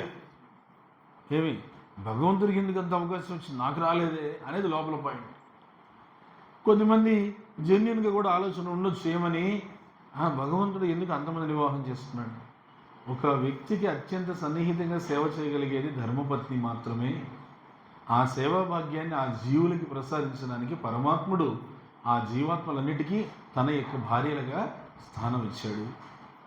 ఎవరు ఈ 16,100 మంది అంటే రామాయణంలో దండకారణ్యంలో కొన్ని వేల సంవత్సరాలు భగవంతుని యొక్క కాలి గోటి దర్శనం కోసం తపస్సు చేస్తున్నటువంటి మునులు, యోగులు, వీళ్ళంతా ఋషులు. వాళ్ళు ఆ విధంగా తపస్సు చేస్తున్నప్పుడు రాముడు ఈ 14 సంవత్సరాలు వనవాసం చేయడానికి దండకారణ్యంలోకి వచ్చాడు. ఎప్పుడైతే రాముడు వచ్చాడో వెంటనే వాళ్ళు ఎవరైతే తపస్సు చేస్తున్నారో వేలాది మంది తపస్సు చేస్తున్నటువంటి ఋషుల దగ్గరికి ఒక శబ్దం వచ్చింది, నారాయణ నారాయణ. ఎవరు? టక్కన వాళ్ళు కళ్ళు తెరిచారు. ఏ ఎందుకంటే ఋషులు మునులందరూ కూడా ఇది సన్నిహితం కదా. నారద మహర్షి కదా, మహర్షి ఆయన, మహారుషి నారద మహాముని. అందుకని నారదముని చేసినటువంటి తపస్సులు ధ్యానాలు అన్నీ చాలించండి. మీరు ఏ పరమాత్మ కోసం తపస్సు చేస్తున్నారో, ఏ పరబ్రహ్మ పరంధాముడు కోసం మీరు ఇన్ని వేల సంవత్సరాలు అహోరాత్రులు మీరు ప్రయాసపడుతున్నారో, ఆ పరబ్రహ్మ పరంధాముడు పరమాత్మ సాక్షాత్తు శ్రీరామచంద్రుడే ఇక్కడికి వచ్చాడు దండకారణ్యంలోకి. కాబట్టి మీ తపస్సులు చాలించి వెళ్ళి ఆయన పాదాలకి శరణాగతి పొంది ఆయన దర్శనం చేసుకోండి. మీరు దర్శనం కోసం ఇన్ని వేల సంవత్సరాలు తపస్సు చేస్తున్నారు, ఆయన స్వయంగా వచ్చాడు, పోండి అని చెప్పారు. అందరూ వేల మంది పరిగెత్తుకుంటూ వెళ్ళి శ్రీరామచంద్రుడి పాదాల దగ్గర ప్రణమిల్లి, స్వామి శ్రీరామచంద్ర మాకు మీ సేవా భాగ్యం కల్పించండి అని అడిగారు. రాముడు అన్నాడు, కుదరదు, వీలు కాదు. ఎందుకంటే ఒక ఆదర్శప్రాయమైన మానవుడు తన జీవితంలో ఎంత కష్టం తీసుకొని ఎంత ఓర్పుగా ఉండి జీవితాన్ని ముందుకు తీసుకెళ్లాలో నేర్పించడానికి నేను వచ్చాను. కాబట్టి నేను కష్టం తీసుకోవడానికి వచ్చినప్పుడు నేను ముగ్గురు దగ్గర సేవ తీసుకుంటే నాకేం కష్టం ఉంటుంది? కాబట్టి నేను మీ సేవ తీసుకోను. కానీ మీ అందరి సేవ నేను ఎప్పుడు తీసుకుంటానంటే నేను ద్వాపరయుగంలో కృష్ణుడిగా అవతరించినప్పుడు మీరందరూ కూడా నాకు అత్యంత సన్నిహితంగా వచ్చే విధంగా మీరు అవతరించి అక్కడ మీకు నా సేవ భాగ్యాన్ని ఇస్తానని చెప్పి భగవంతుడు శ్రీరాముడు ఇచ్చిన మాట నెరవేర్చడానికి శ్రీకృష్ణుడు వచ్చి ఈ 16,100 మందిని వివాహం చేసుకొని ద్వారకలో వాళ్ళని ఎంతో ఎంతో చక్కగా వాళ్ళని పరిపాలించాడు. ఇది తెలియని వాళ్ళేమో భగవంతుడిని రకరకాల మాటలతో విమర్శిస్తారు, వ్యతిరేకిస్తారు. భగవంతుడు అయితే కృష్ణుడు ఎందుకు ఇన్ని వేల మందిని వివాహం చేసుకున్నాడు, ఇట్లాంటివన్నీ మాట్లాడతారు. అర్థం లేని మాటలు. జీవాత్మ ఆ పరమాత్మ యొక్క సేవలో అంకితం అవడం అనేటువంటిది ఒక స్త్రీ పురుషుడి యొక్క బంధం లాంటిది కాదు. బాగా అర్థం చేసుకోవాలి, ట్రై టు అండర్స్టాండ్. సరే, ఇది జరిగిపోయింది. ఇలా జరిగిన తర్వాత ఒకరోజు నారదముని ద్వారకకు వచ్చాడు. ద్వారకకు వచ్చి ఇక్కడ చుట్టూ ఎలా అవును అవును మా కృష్ణుడికి 16,100 మందితో కళ్యాణం అయింది, అప్పుడు ముందే 8 మంది ఉన్నారు, మొత్తం కలిపి 16,108 మంది. ఇంతమంది ధర్మపత్నులతో ఆ స్వామి ఎలా కాపురం చేస్తున్నాడు, ఎలా ఉన్నాడు చూద్దామని చెప్పి నారదముని వచ్చాడు. వచ్చి రుక్మిణీదేవి ఇంట్లో చూస్తే కృష్ణుడు రుక్మిణీదేవితో నవ్వుతూ మాట్లాడుతున్నాడు. స్వామి ఇక్కడ ఉన్నాడా, సర్లే అయితే సత్యభామదేవికి ఒకసారి చూద్దాం. అక్కడికి వెళ్తే కృష్ణుడు అక్కడ సత్యభామదేవితో పరాచికలు ఆడుతున్నాడు అని చెప్పి పరిగెత్తుకుంటూ జాంబవతి దేవి ఇంటికి వెళ్తే అక్కడ జాంబవతి దేవితో కూర్చొని పంచాంగం శాస్త్రం ఏంటి, ఏం చెప్తుంది, మనిషిగా మానవుడు చేయాల్సిన ధర్మాలు, గృహస్థుడు చేసిన ధర్మాలు ఏంటి చదువు అని చదివిస్తున్నాడు ఆమె చేత. అంటే గృహిణి చేత శాస్త్రం నేర్పిస్తున్నాడు ఆమెకు కూడా.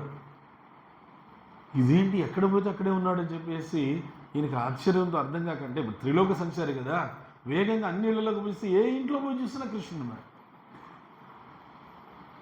ఆయనకేం అర్థం కాక బయటకు వచ్చేసాడు. బయటకు వచ్చి కృష్ణ నీ వైభవం అద్భుతమైనటువంటి వైభవం అని చెప్పేసి అద్వైత మచ్యుత మనాది మనంత రూపం ఆద్యం పురాణ పురుషం నవయవ్వనంచ వేదేషు దుర్లభం అదుర్లభం ఆత్మభక్తౌ గోవిందం ఆది పురుషం తమహం వచ. భగవంతుడు ఏర్పాటు ఎలా ఉంటుంది తెలుసా? రాధాకృష్ణ సేవకదాస్ ప్రభు నిన్న నేను ఈ శ్లోకం చెప్పి అందులో 3 లైన్ చెప్పలా, మర్చిపోయాను. భగవంతుడు అది మర్చిపోయిన దానికి మళ్ళీ ఈ శ్లోకం ఇప్పుడు చెప్పించి నేను మర్చిపోయిన దాన్ని కూడా నాకు గుర్తు చేసి ఇప్పుడు చెప్పు నువ్వు అది అంటాడు. నేను 2 లైన్లే చెప్పాను నిన్న. అద్వైత మచ్యుత మనాది మనంత రూపం ఆద్యం పురాణ పురుషం నవయవ్వనంచి, ఇంతవరకు చెప్పు. ఆయన నిత్యం నవయవనుడిగా ఉంటాడు. 120 సంవత్సరాల్లో కూడా ఆయన నవయవనుడిగా ఉన్నాడు. 3 లైన్ ఏముంది చూడండి. వేదేషు దుర్లభం, వేదాలకు ఆయన దుర్లభుడు, వేదాలకు దొరకడు ఆయన. కానీ అదుర్లభం ఆత్మభక్తో, ఆత్మభక్తుడు అంటే శరణాగతి పొందినటువంటి భక్తుడు. ఆ ఆత్మ నివేదన చేసుకున్నటువంటి భక్తుడికి సులభంగా దొరుకుతాడు. వేదాలకి అదుర్లభం, వేదేషు దుర్లభం, వేదాలకి ఆయన అంత సామాన్యంగా దొరకడు. వేదేషు దుర్లభం, అదుర్లభం కాదు దుర్లభం. అదుర్లభం ఆత్మభక్తం. ఆత్మభక్తుడు అంటే ఎవరు ఆత్మభక్తులు చెప్పండి? మద్గత మచ్చిత ప్రాణాన్ బోధయంతం పరస్పరం కథయం తచ్చ మాం నిత్యం తుష్యంతి చ రమంతి చ. ఎవరు ఆత్మభక్తులంటే ఎవరంటే భగవంతుడి మీదనే తమ ప్రాణములుంచి పరస్పరం ఒకరికొకరు భగవంతుడి కథ ప్రతినిత్యం చెప్పుకుంటూ భగవంతుని యొక్క లీలను చర్చించుకుంటూ తుష్యంతి గొప్ప సంతృప్తిని, రమంతి దివ్యమైన ఆనందాన్ని అనుభూతి చెందేవారు వాళ్ళు. అలాంటి వాళ్ళు నాకు ఇష్టమైన భక్తులు అంటాడు కృష్ణుడు. అవునా? అలాంటి ఆ భక్తులు, ఆ ఆత్మభక్తులు. ఇప్పుడు భగవంతుడైన ద్వారకలో ఈ విధంగా 16,108 మందితో ఆయన ఈ విధంగా ఆయన కుటుంబ జీవితం కొనసాగిస్తూ ఒక ఆదర్శప్రయమైన గృహస్థుడు అంటే ఎట్లా ఉండాలో చూపించాడు ఇక్కడ.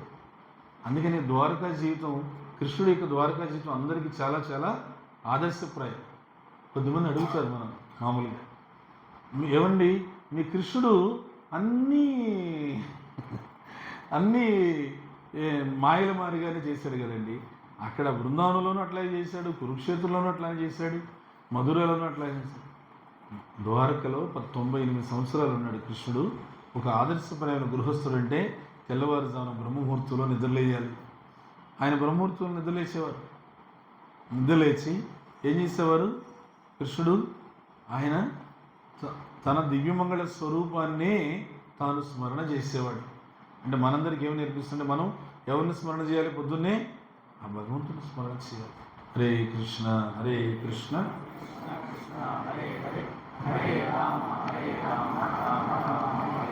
హరే కృష్ణ హరే కృష్ణ.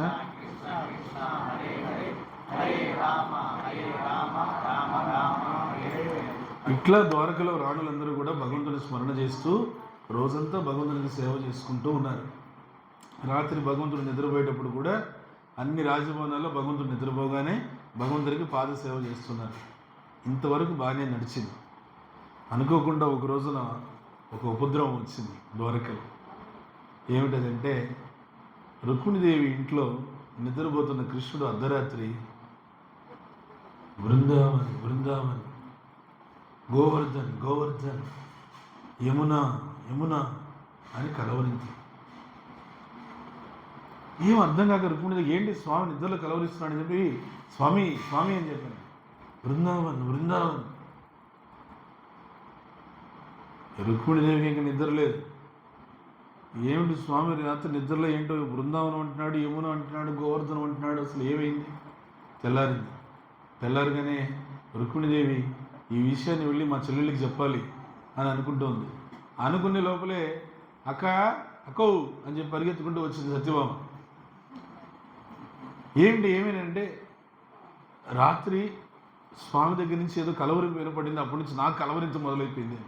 ఏమనంటే ఏదో బృందావనం అంటున్నాడు, ఏదో యమున అంటున్నాడు. యమున అంటే నది పేరా లేకపోతే ఇంకొక స్త్రీ పేరా నాకు అర్థం కావట్లేదు.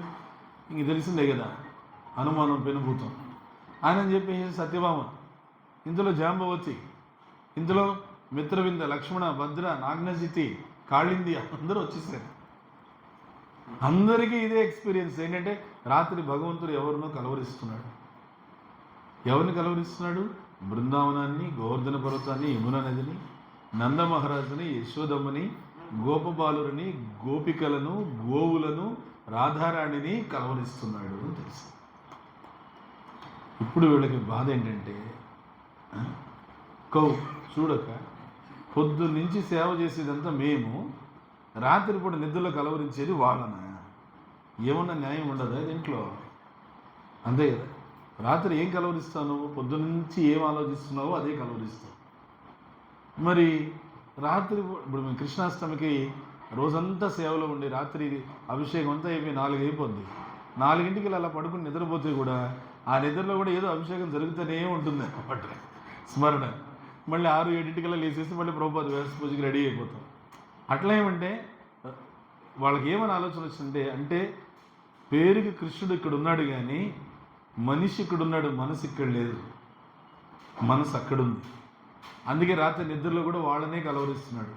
వీళ్ళకి ఆలోచన వచ్చింది, భగవంతుడు మర్చిపోకుండా ఉండే విధంగా వాళ్ళు అంత సేవ ఏం చేస్తుంటారు, అదేదో తెలుసుకుంటే మనం కూడా అట్లా సేవ చేయొచ్చు కదా అని ఆలోచించారు. రుక్మిణీదేవిలో చెప్పగానే అందరూ నిజమే నిజమే నిజమే. మరి అట్లయితే ఆ 11 సంవత్సరాల బృందావనంలో కృష్ణుడికి ఆ బృందావన వాసులు ఏమి సేవ చేశారు మనకి ఎట్లా తెలిసేది? తెలియాలంటే ఆ తెలిసిన వాడు ఎవరన్నా చెప్పాలి. ఎవరన్నా ఉన్నారా ఇక్కడ? రోహిణీదేవి ఉంది. రోహిణీదేవి దగ్గరికి వెళ్ళి అడిగారు, 11 సంవత్సరాల బృందావనంలో కృష్ణుడికి వాళ్ళు ఎలా సేవ చేశారు చెప్తే మేము కూడా నేర్చుకొని మేము అలాగే సేవ చేస్తాం. అవునా? ఎందుకని? భగవంతుణ్ణి సంతృప్తిపరిచేటువంటిది ఆ సేవ ఒక్కటే, జీవుడి యొక్క సేవ ఒకటే. అందుకని జీవుడి యొక్క స్వభావం ఏంటి? వారణాసిలో సనాతన గోస్వామి చైతన్య మహాప్రభుని అడుగుతున్నాడు, కి ఆమె బెంగాలీ భాషలో, నేనెవరిని? సనాతన గోస్వామి అడుగుతున్నాడు ఏమని? అయ్యా, అందరూ నన్ను నవాబ్ హుస్సేన్ షా కొలువులో ముఖ్యమంత్రిని అంటున్నారు, బహుభాష కోవిదులు అంటున్నారు, పెద్ద విద్వాంసులు అంటున్నారు, పండితులు అంటున్నారు. ఇవేమీ కాదు, ముందు అసలు కి ఆమె, నేనెవరిని అని చెప్పండి. అప్పుడు చైతన్య మహాప్రభు ఈ సమాధానం చెప్పారు. ఏమని చెప్పండి? జీవేరా స్వరూప హోయ్ కృష్ణేరా నిత్యదాస. ఇది జీవుడి యొక్క నిజస్వరూపం ఏంటంటే కృష్ణుడి యొక్క నిత్యదాసుడు. మనం నిత్యదాసులుగా మనం చేయవలసింది భగవంతుని యొక్క సేవ. అందుకని వీళ్ళు కూడా ఏంటి, ఈ రాణులందరూ మనం భగవంతుడికి ఎట్లా సేవ చేస్తే భగవంతుడు మనల్ని గుర్తుపెట్టుకుంటాడు. మీరు ద్వారకకు వచ్చి ఇట్లా ఆలోచించాలి, ద్వారకా రాణుల్లాగా ఆలోచించాలి. భగవంతుడికి మనం ఎలా సేవ చేస్తే భగవంతుడు మనం గుర్తుపెట్టుకుంటాడు. ఎలా అంటే అహైతుకి అప్రతిహత. మనం చేసేటువంటి సేవలో ప్రతిఫలం ఏమీ అడగకూడదు. ఏమి ఈరోజు పొద్దున గుళ్ళో ఈ ప్రభు పేరేంటి? ఈయన పేరు మధుసూదన్ ప్రభు. ఆయన ఉదయం మందిరంలో నేను వస్తుంటే నాతో కలిసి చెప్తున్నాడు, ఇన్నేళ్ళు నేను గుళ్ళో దేవుడి దగ్గరికి వెళితే ఏదో ఒకటి అడిగేవాడిని, ఈ రోజున భగవంతుడు ద్వారకాధీశ ముందుకు వెళ్ళిన తర్వాత నాకు కలిగినటువంటి సాక్షాత్కారం ఏంటంటే, ఇక నుంచి భగవంతుడు నేను ఏమీ అడగకూడదు అనిపించింది. అందుకే స్వామి ముందుకు వెళ్ళి ప్రశాంతంగా ఆయన నామాన్ని జపించి ప్రార్థన చేసి వచ్చాను తప్ప ఏమీ అడగలేదు. ఇది అహైతుకి, అంటే భగవంతుడి నుంచి ఏమీ ప్రతిఫలం ఆశించకుండా భగవంతుడికి సేవ చేయడం. తర్వాత అప్రతిహత. అప్రతిహత అంటే ఏ విధమైనటువంటి అవరోధాలు ఆటంకాలే కానీ నీ భక్తికి అడ్డుపడకూడదు. ఈ ప్రపంచమే ఎట్లాంటిదే. ఎట్లాంటిది? ఏదో ఒక అడ్డంకి వస్తూనే ఉంటుంది. యాత్రకి రావాలనుకుంటే ఏదో అడ్డం వస్తూనే ఉంటుంది. భగవంతుడికి ఏదో జపం చేయాలంటే ఏదో ఒక అడ్డం వస్తుంది. రోజు భాగవతం చదవాలంటే ఏదో ఒక ఆటంకం వస్తూనే ఉంటుంది. అది రాకుండా ఉండదు. అందుకని కుంతి మహారాణి ఏం చెప్తుంది? అయ్యా కృష్ణ, ఇది చివరి శ్లోకం, ఇది కుంతి ప్రార్థనలో చివరి శ్లోకం. ఏమని అంటుంది? త్వయి మే అనన్య విషయ మతిర్మధుపతే అసక్ర రతిముద్వహత దద్ద గంగే ఇవౌఘం ఉదన్వతి. గంగే ఇవౌఘౌ ఉదన్వతి. కృష్ణ, నా భక్తి ఎన్ని ఆటంకాలు వచ్చినా, ఎన్ని అవరోధాలు అడ్డంకులు వచ్చినా గంగానదీ ప్రవాహంలాగా అన్నిటిని తప్పుకుంటూ దాటుకుంటూ నీ పాదపద్మాలు అనేటువంటి సముద్రాన్ని చేరుకునేలా నాకు అనుగ్రహించు. ఈ విధంగా అడగాలి భగవంతుడిని మనం. నేను చేసే భక్తికి ఎన్నో ఆటంకాలు రాని వస్తాయి, తెలుసు నాకు. అది కలియుగం వచ్చినా కూడా ఇప్పుడు గంగా ప్రవాహానికి ఎన్నో అడ్డంకాలు వస్తాయి. ఆగుతుంది అది? ఇలా తప్పుకొని ఇలా దాటుకొని ఎట్లా వెళ్ళిపోతుంది గంగ ఆగుతుందా? అలానే నా భక్తి కూడా గంగా ప్రవాహంలాగా నీ పాదపద్మాలనే సముద్రాన్ని చేరుకోవాలి. గంగ ఎట్లయితే సముద్రాన్ని చేరుకుంటుందో నా భక్తి నీ పాదాలను చేరుకోవాలి అని ప్రార్థన చేస్తుంది కుంతి మహారాణి. కుంతిదేవి ప్రార్థనలు అంటే బాలాజీకి ఎంతో ఇష్టం. అందరికీ ఏం తెలిసింది ఏంటంటే సుప్రభాతం ఒక్కటే వింటాడు స్వామి అని. ఈ కుంతి ప్రార్థనలు కూడా వింటాడు. మీరు శ్రీమద్ భాగవతం మొదటి స్కందం చదివితే అందులో 8వ అధ్యాయంలో కుంతి ప్రార్థనలు వస్తాయి. స్వామివారికి, వెంకటేశ్వరుడికి కుంతిదేవి ప్రార్థనలు అంటే చాలా ఇష్టం. అందుకని వెంకటేశ్వరుని ఇష్టపడే అందరూ కూడా ఈ ప్రార్థన చేయాలి. అవునా? అలా ఏమంటే భగవంతుడు ఈ విధంగా ఎట్లా బృందావనంలో సేవలు తీసుకున్నాడు, బృందావన వాసులు భగవంతుడికి ఎట్లా సేవలు చేశాడో తెలుసుకోవాలని రోహిణీదేవిని అడిగారు. రోహిణీదేవి అంది, చెప్తాను మీరు అడిగారు కాబట్టి, కానీ మీకు మీ కుటుంబాలు, మీ కాపురాలు చల్లగా ప్రశాంతంగా ఉండాలని లేదా అని అంది. అయ్యో అదేంటి అంత మాట అనేసారు మీరు అంటే, మరి నేను కృష్ణుడు బాల్యలీల కనుక చెప్పానంటే అవి కృష్ణుడు కనుక విన్నాడంటే తుర్రు అని పారిపోతాడు, అక్కడికే బృందావనం వెళ్ళిపోతాడు. మళ్ళీ ఇంక మీకు ద్వారకాకి తిరిగి రానుకోడు రాడు. అమ్మో అట్లయితే వద్దు, కానీ వినాలి, కానీ కృష్ణుడికి తెలియకూడదు. అయితే ఎట్లే ఉందిలే, ఇప్పుడున్న టెక్నిక్ అప్పుడు ఉంది. ఇప్పుడు ఇంట్లో అయ్యగారు ఆఫీస్కి వెళ్ళిపోయిన తర్వాత కదా అమ్మగారు టీవీ ప్రోగ్రామ్స్ అన్ని చూడడం మొదలుపెట్టేది, సీరియల్స్ అంతా. అంతేనా? నిజం చెప్పుకుందాం. అట్లా వీళ్ళేంటంటే, సరే మన కృష్ణుడు ఎప్పుడైతే ఆఫీస్కి వెళ్ళిపోతాడో అప్పుడు మనము ఈ బృందావనం లీలామృతం విందాము అని చెప్పి పెట్టుకున్నారు. కృష్ణుడు పొద్దున్నే బలరాముడితో పాటుగా ఆయన రాజదర్బార్కి వెళ్ళిపోయాడు. ఆయన రాజదర్బార్ పేరేమిటి? సుధర్మ రాజదర్బార్ ఇక్కడే ఉండింది. ఆ సుధర్మ రాజదర్బార్కి వెళ్ళిపోయాడు. అది యదువీరులు ఇంద్రుడితో పోరాడి ఆ సుధర్మ రాజదర్బార్ తీసుకొచ్చి కృష్ణుడి కోసం పెట్టారు. కృష్ణుడి కోసం వాళ్ళు ఆఫీస్ కావాలంటే ఆ స్వర్గలోకానికి వెళ్ళి తీసుకొచ్చి పెట్టారు. వాళ్ళు యదువీరులు అంత శక్తివంతులు, వాళ్ళకి ప్రపంచంలో ఎదురు లేదు, ఆ మహాశక్తివంతులు వాళ్ళు. ఈ దేవేంద్రుడితోనే వాళ్ళు పోరాడి ఉన్నారంటే అర్థం చేసుకోండి మీరు. అట్లా కృష్ణ బలరాములు ఆ సుధర్మ రాజదర్బార్కి వెళ్ళారు. వెళ్ళి వాళ్ళు రాజదర్బార్లో సభ మొదలైంది. రాజకార్యాలు, అడ్మినిస్ట్రేషను, పరిపాలన వ్యవహారాలు అన్నీ. ఆ సమయంలో ఈ మొత్తం 16,100 మంది రాణులు, వాళ్ళ యొక్క పరిచారికులు, సేవకులు అందరూ కూడా కలిసి రోహిణీదేవిని కూర్చోబెట్టుకొని మాకు కృష్ణుడి యొక్క లీలామృతం చెప్పండి. అప్పుడు ఆమె చెప్పింది, ఈ కృష్ణలీలలు అనేటువంటివి చాలా చాలా తన్మయత్వంతో కూడి ఉంటాయి. ఒకసారి చెప్పడం మొదలు పెడితే చెప్పే నాకు టైం తెలియదు, వినే మీకు టైం తెలియదు. కరెక్టేనా? కరెక్టే కదా? అది గొప్పతనం చెప్పేవాళ్ళలో లేదు, వినేవాళ్ళలో లేదు, ఆ కృష్ణ కథలో ఉంది. ఈ విషయం రోహిణీదేవి చెప్పేసింది. నేనే చెప్పడం మొదలు పెడితే నాకు సమయం తెలియదు, వినడం మొదలు పెడితే మీకు తెలియదు. ఇంతలో కృష్ణుడు టక్కన అకస్మాత్తుగా వచ్చి వింటే ఏం చేస్తారు? అందుకని కాపలా పెట్టుకున్నాం. సరే అని చెప్పి సుభద్రాదేవిని కాపలా పెట్టుకున్నారు. ఈ ఊర్లోనే, ఈ ద్వారకలోనే. ఆమెని బయట ద్వారం దగ్గర కాపలా పెట్టి చూస్తూ ఉండు, కృష్ణుడు కానీ బలరాముడు కానీ వస్తే చెప్పి మేము ఇక్కడ ఆపేస్తాం. అలాగే అలాగే అని రోహిణీదేవి మొదలుపెట్టింది.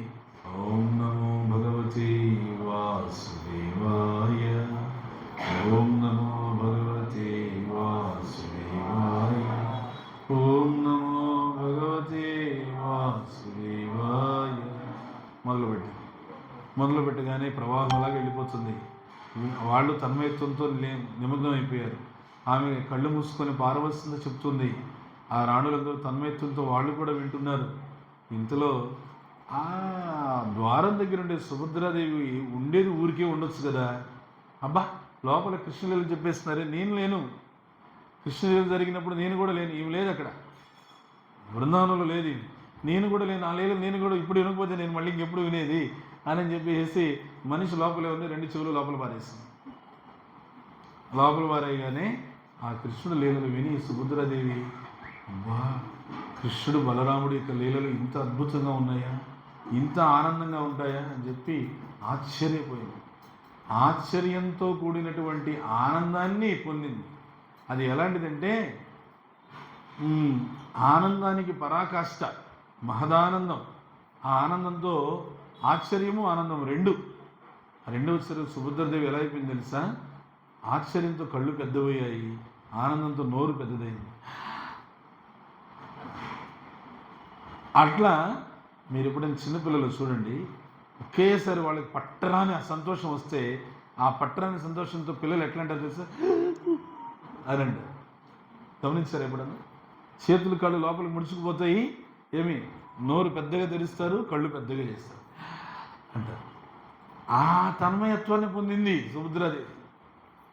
ఎప్పుడైతే ఆమె తన్మయత్వాన్ని పొందిందో బాహ్య స్పృహ మర్చిపోయింది, బయట ఎవరు వస్తున్నారేమని. ఎప్పుడైతే ఆ విధంగా మర్చిపోయిందో, అక్కడ ఆఫీస్లో రాజదర్బార్లో కృష్ణుడు, అన్నయ్య ఆఫీస్ క్లోజ్ అన్నాడు. ఇప్పుడే మొదలుపెట్టింది, ఇంకా చాలా విషయాలు ఉన్నాయి, చాలా మీటింగ్స్ ఉన్నాయి. ఈ ఆఫీసు గొడవలు ఎప్పుడు ఉండే అన్నయ్య, మూసేయండి, ఇప్పుడు దీనికన్నా ముఖ్యమైన పని వేరే చోట ఉంది, పదపోదాం అని చెప్పాను. కృష్ణుడు ఆదర్శప్రాయమైన గృహస్థుడు. నేను మీకు అప్పుడే చెప్పాను, ఉద్యోగాలు, వ్యాపారాలు, ఇంటి పని, వంట పని, చదువులు ఎప్పుడు ఉండేవే 365 రోజులు. వాటిని కాసేపు పక్కన పెడితేనే ఇలాంటి యాత్రలకు రాగలుగుతాం, అవునా కదా?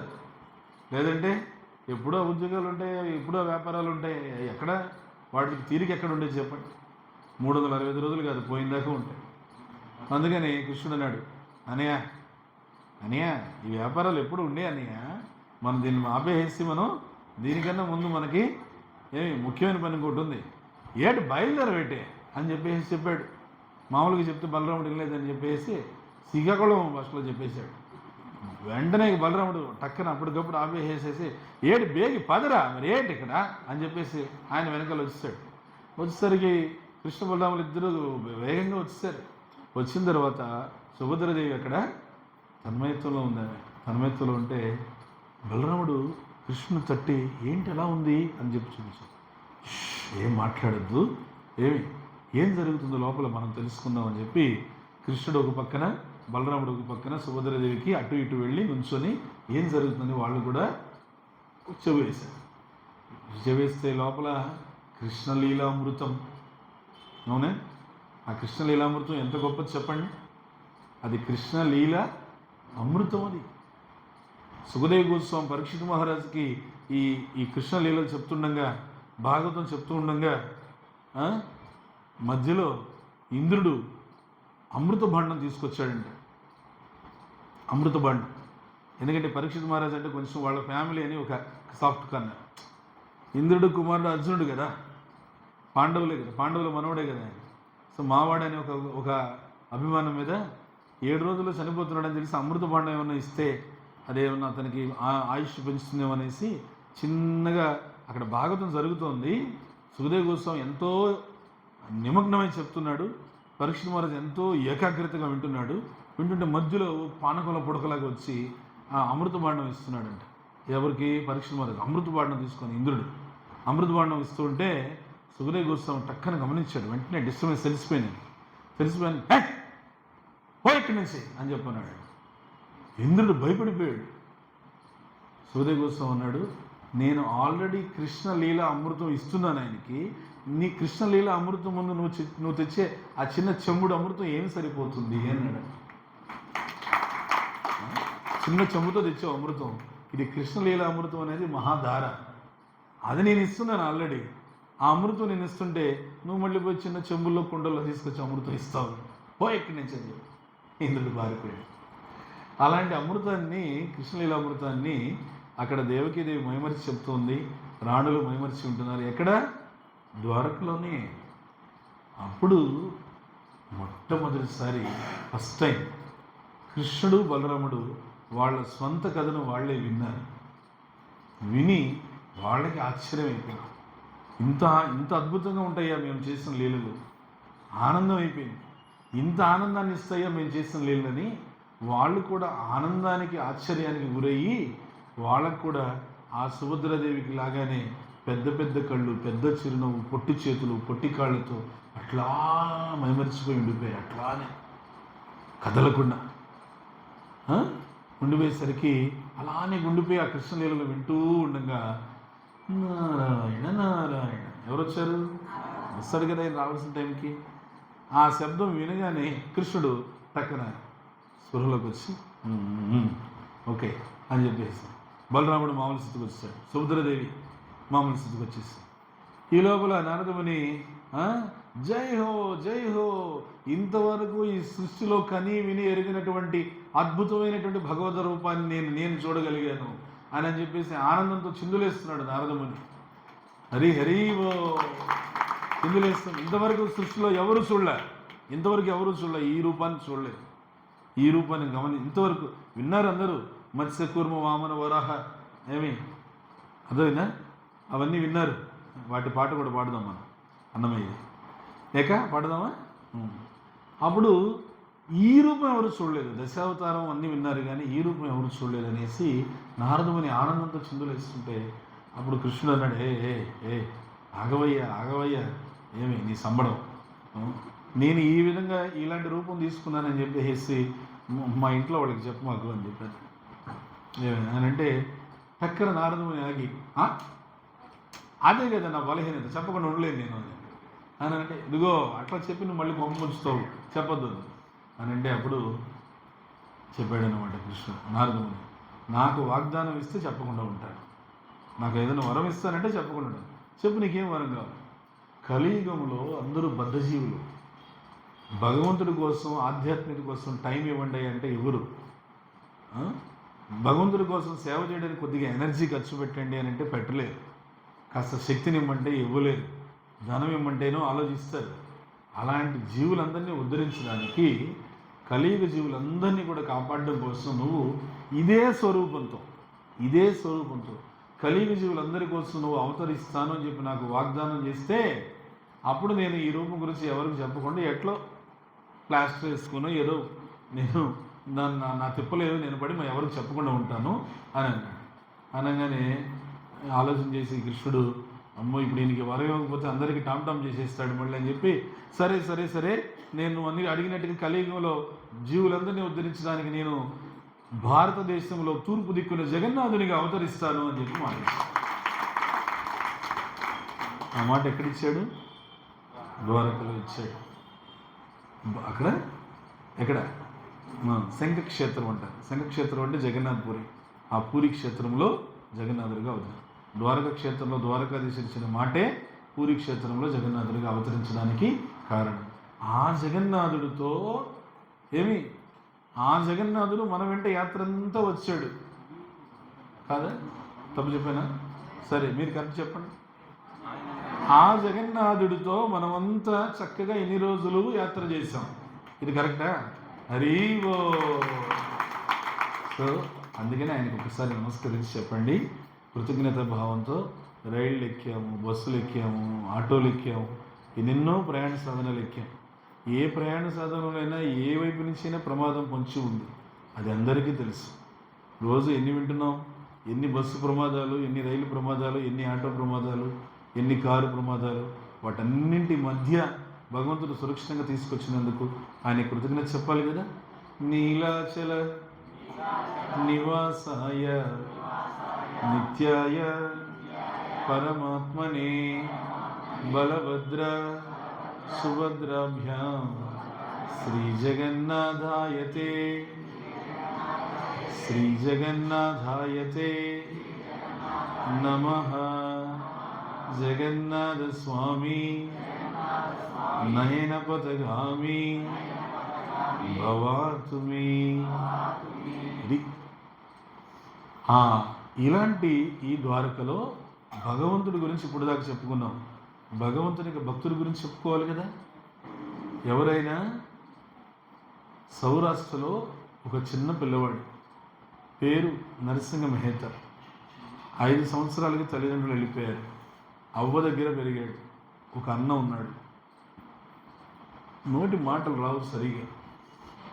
8 సంవత్సరాల వయసులో ఉండగా నోటి మాటలు సరిగా రాక అవస్థ పడుతూ ఉంటే ఒక శివాలయంలో కూర్చొని ఒక సాధువు అక్కడికి వచ్చి అతని దగ్గరికి వచ్చి ఆయన చూసి ఇతను భవిష్యత్తులో చాలా గొప్ప మహాభక్తుడు అవుతాడని చెప్పి దీవించాడు.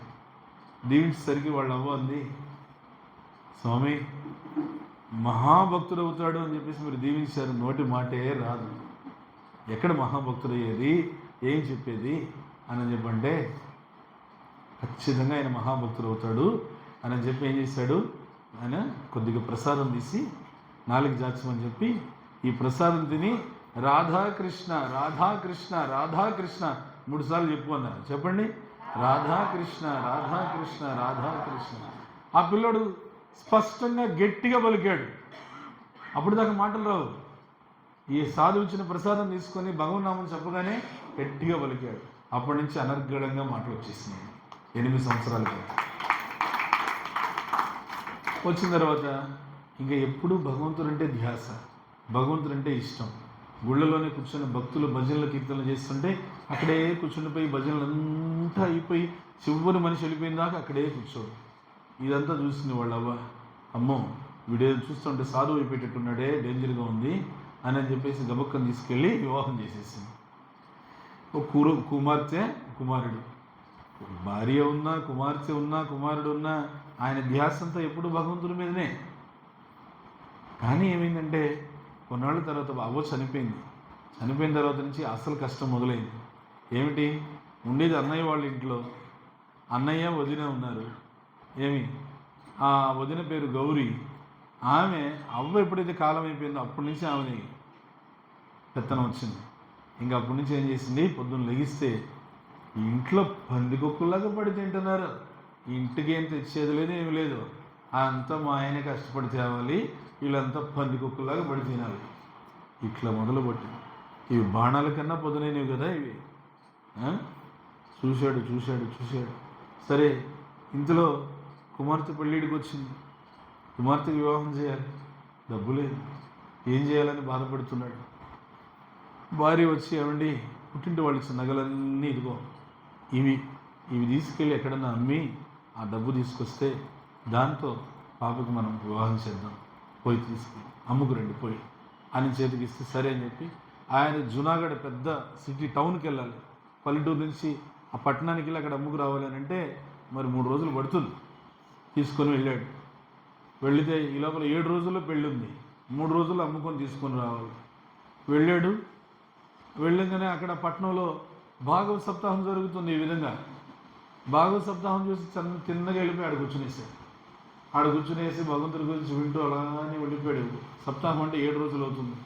7 రోజులు భాగవత సప్తాహం జరుగుతూనే ఉంది. ఆయన కూర్చునేసి 7 రోజులు భాగవతం వింటూనే ఉన్నాడు.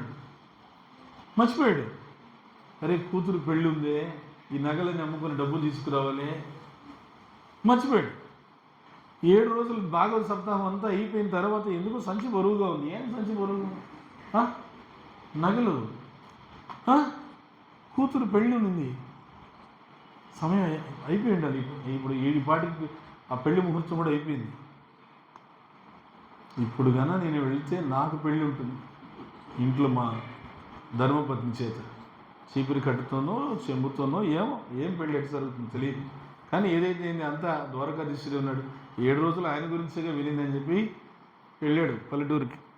తన ఇంటికి వెళితే ఈయన పొలిమేరల నుంచి లోపలికి వస్తుంటే వాళ్ళు ఈయన చూసి అక్కడ ఉన్న ఊర్లో వాళ్ళు, బా నరసింహ మెహతానా మామూలుగా మజాకానా, మన ఊళ్ళో కాదు మన జిల్లాలో కాదు మొత్తం ఈ పరగణాలో ఎవ్వరే కానీ వాళ్ళ యొక్క ఇంట్లో వాళ్ళ కుమార్తెకి ఇంత వైభవంగా పెళ్లి చేయలేదు.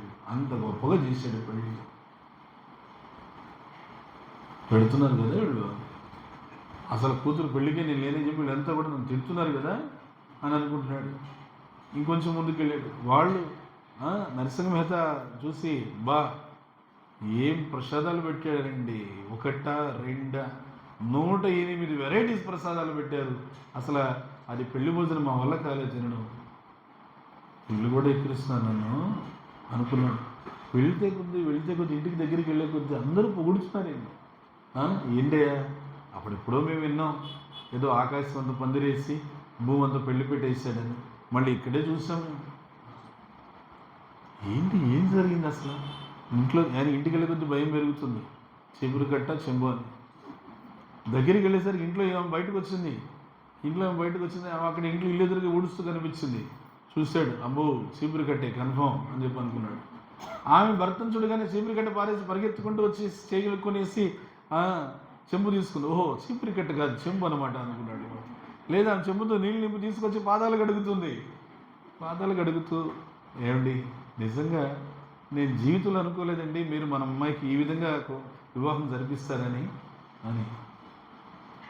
నరసింహ మెహతా చిన్నగా నోరు తెరిచి, ఇంతకీ అమ్మాయికి పెళ్ళి అయిపోయిందా? ఏం మాట్లాడుతున్నారండి, పెళ్ళి అయిపోయి చక్కగా మొత్తం అప్పగింతలు కూడా అయిపోయి అత్తవారింటికి కూడా వెళ్ళిపోయింది కదా అని. అవునా, మరి ఈ నగలన్నీ ఇక్కడే ఉన్నాయే అని చెప్పి చూపించాను. అరే నేను ఇచ్చిన నగలు అది ఇదేంటి మీ చేతిలో ఉన్నాయి? మీరు వెళ్ళిన రెండో రోజునే మీరు తిరిగి వచ్చేసారు. ఎవరో ఒక పెద్ద వ్యాపారస్తుడు మన నగల కన్నా కూడా 3 రెట్లు అధికంగా ధనం ఇచ్చాడని చెప్పి తీసుకొచ్చి ఆ ధనంతో మొత్తం మహావైభవంగా మొత్తం అంతా నా పక్కనే కూర్చొని దగ్గరుండి పెళ్లి జరిపించారు కదండి, మీరు కాదా? నేను పోయి అక్కడ భాగవత సప్తాహం చెప్తుంటే పోయి అక్కడ కూర్చునేసాను. 7 రోజులు సప్తాహం అయిపోయిన తర్వాత ఇదిగో ఇప్పుడే మళ్ళీ మన ఊరు ముఖం చూడడం అని. బోలో ద్వారకాధీశ భగవానికి. దగ్గరుండి నరసింహ మెహతాగా ఆయనే వెళ్ళి తన భక్తుడి యొక్క బిడ్డ పెళ్ళి తానే దగ్గరుండి జరిపించేసి, అది ఎట్లా ధూమ్ ధామ్ అంటారే అంగరంగ వైభవంగా జరిపించి వెళ్ళిపోయాడు. ఎందుకు? ఆ భగవంతుడి గురించి నువ్వు ఇక్కడ శ్రవణం చేస్తుంటే నీకు చేయాల్సిన పని ఆయన కూర్చొని చేశాడు. ఇది పని తప్పించుకోవడం గురించిగా చెప్పట్లేదు నేను. It is not something escaping from our responsibilities. What I am trying to say is that the faith and the dedication towards the Lord. అర్థమైందా?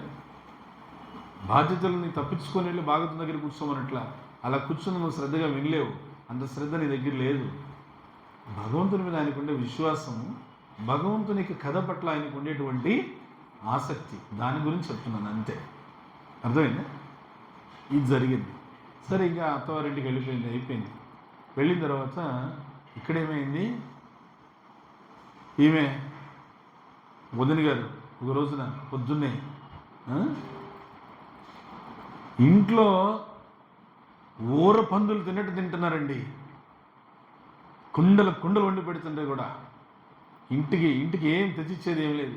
ఈయనేం చేస్తాడు, ఈయన బయటకు వెళ్తాడు, భగవంతుడి గురించి 4 సంకీర్తనలు పాడి నలుగురికి ఉపదేశం చేస్తాడు, వస్తాడు. వాళ్ళు ఏదైనా ఇస్తే తెస్తాడు, లేదంటే లేదు. అది ఈయన సాధు జీవితం. గృహస్థుడిగా ఉన్నా కూడా సాధు జీవితం. కానీ ఆమె ఇంతలా మాట్లాడుతుంది, కఠోరంగా ఈటింగ్ లైక్ ఏ పిగ్ అని చెప్పి డైరెక్ట్గా చెప్పేసి. అలా చెప్పేసరికి ఆ మాటకి ఆయనకు బాగా మనస్తాపం అయిపోయి ఇల్లు వదిలి బయటకు వెళ్ళిపోయాడు. ఇక్కడే వెళ్ళిపోయాడు, అడవిలోకి వెళ్ళిపోయాడు. అడవిలో అక్కడ గోపీనాథ్ మహాదేవ్ అని చెప్పి ఒక శివాలయం. ఆ శివాలయం దగ్గరికి వెళ్ళి అక్కడ కూర్చునేసాడు. ఆడ కూర్చునేసి ఏం అసలు ఆహారం లేదు, నీరు లేదు, ఏమి లేదు. కూర్చునేసే శివాలయంలో అక్కడ కృష్ణ మంత్రాన్ని జపం చేసుకుంటూ ఉన్నాడు. ఎన్ని రోజులు? 7 రోజులు ఏకదాటిగా నిద్రాహారాలు లేకుండా కృష్ణనామం జపం చేశాడు. హరే కృష్ణ కృష్ణ కృష్ణ హరే హరే, హరే రామ రామ రామ హరే. 7వ రోజు పూర్తయ్యే సమయానికి హర హర మహాదేవ్ శివుడు ప్రత్యక్షమై నీకేం వరం కావాలి కోరుకో అని అడిగితే, ఖచ్చితంగా నేను అడిగిన వరం ఇస్తాను, ఇస్తాను. నాకు నా చిన్నప్పటి నుంచి కోరిక ఉంది, ఒక్కసారి వెళ్ళి బృందావనం చూడగలనా నా జీవితంలో జన్మలో అని కోరిక ఉంది. నాకు ఒక్కసారి బృందావనం తీసుకెళ్ళి చూపించుకొస్తారా అని అడిగాడు. శివయ్య ఎంత ఆనందంగా, బృందావనమా, సంతోషంగా తీసుకెళ్తాను రా అని చెప్పి ఒక్క క్షణంలో అక్కడి నుంచి తీసుకెళ్ళి బృందావనానికి తీసుకెళ్ళి, బృందావనంలో అన్ని దేవాలయాలు శివయ్యే స్వయంగా చేయబట్టుకొని అన్ని దర్శనం చేయించి మళ్ళీ తీసుకొచ్చి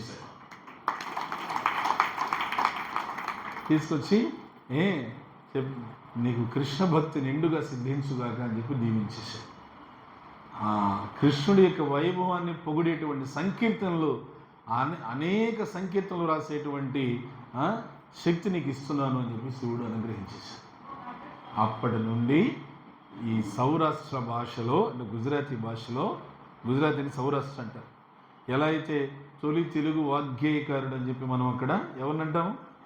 అన్నమయ్యని అంటాము. తొలి సౌరాష్ట్ర వాగ్గేయకారుడుగా నరసింహ మెహతాని ఇక్కడ పిలుస్తారన్నమాట. హరి హరి ఓ. తొలి తెలుగు వాగ్గేయకారుడు అన్నమయ్య, తొలి సౌరాష్ట్ర వాగ్గేయకారుడు నరసింహ మెహతా. భగవంతుడి గురించి అద్భుతమైన కీర్తనలు రాశాడు. అప్పటి నుంచి ఇంకా శివానుగ్రహంతో సంకీర్తనలు రాస్తూనే ఉన్నాడు. అద్భుతమైన కీర్తన. ఆయనకి ఏంటంటే తన మన అనేటువంటి భేదభావం ఆయన దగ్గర లేదు.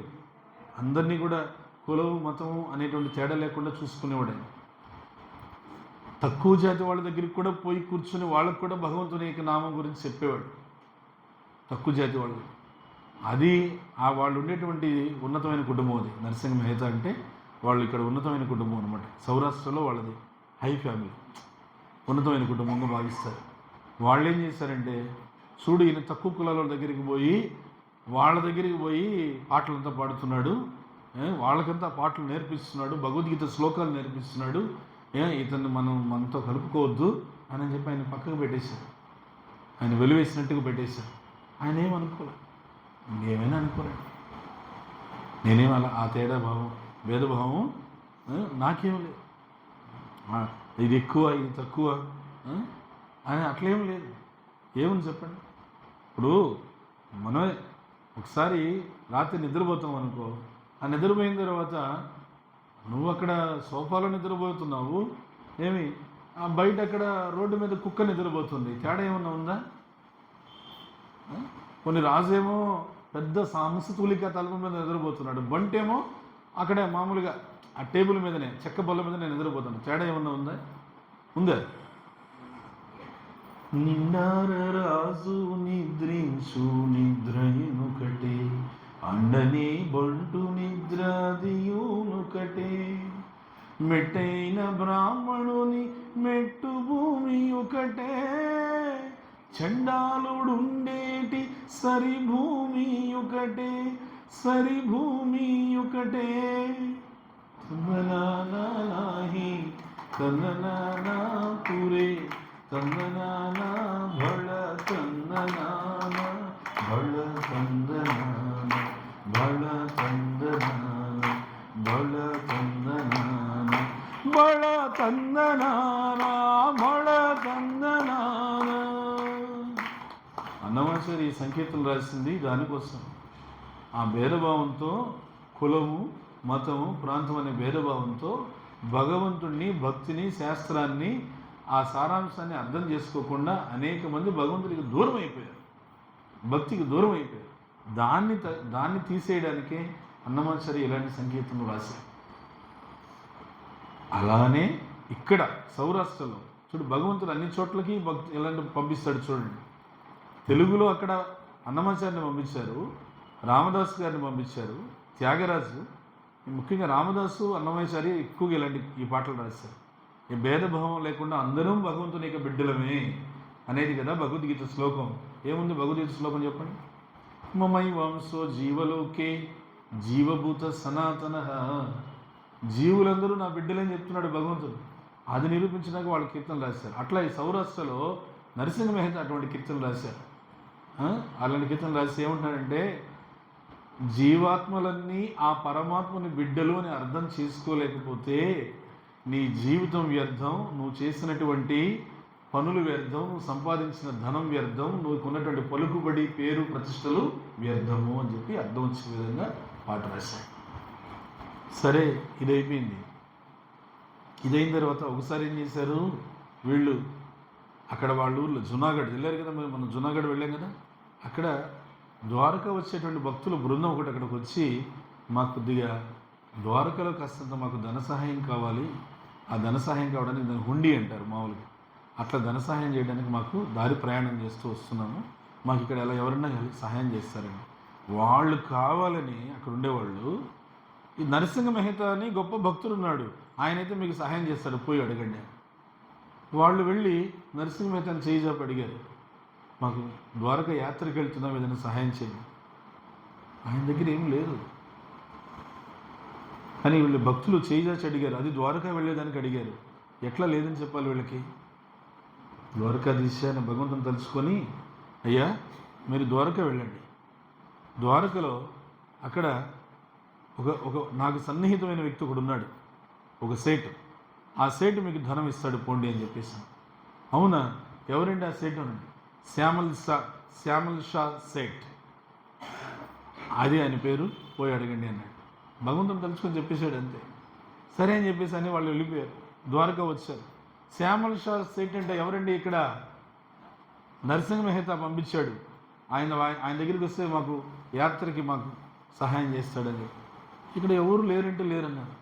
లేరంటే లేరు అనగానే వెంటనే వాళ్ళు, అయ్యో నరసింహ మెహతా మనకి తప్పు చెప్పి పంపించాడా, మనకు అబద్ధం చెప్పి పంపించాడా అని వాళ్ళు అనుకునేంతలో టక్కున వచ్చి, శ్యామల్ షా సేట్ నేనే, నా కోసం ఎవరో వచ్చారంట, ఎవరు అని అందరూ ఒక్కసారి తిరిగి చూస్తే, బోలో ద్వారకాధీశ్ భగవానికి, ద్వారకాధీశుడు వచ్చి సేట్ రూపంలో వచ్చి నుంచున్నాడు.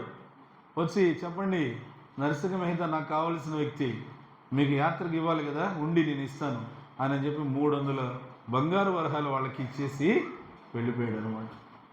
వెళ్ళిపోతే వాళ్ళు తిరిగి ప్రయాణంలో మళ్ళీ అదే దారి గుండా వెళ్ళేటప్పుడు, మీ సన్నిహితుడిని కలిసాము, శ్యామల్ షా సేట్ మాకు మాకు ధనం ఇచ్చి బాగా సహాయం చేశాడనంటే, నరసింహ మెహతా ద్వారకాధీశని స్మరణ చేసుకొని, నా మాట దక్కించావు ద్వారకాధీశ, లేదంటే నీ భక్తుడిగా నేను మాట పడాల్సి వచ్చింది, నేను మాట పడితే అది నీకు మంచిది కాదు, నీ భక్తుడు మాట పడ్డాడంటారు.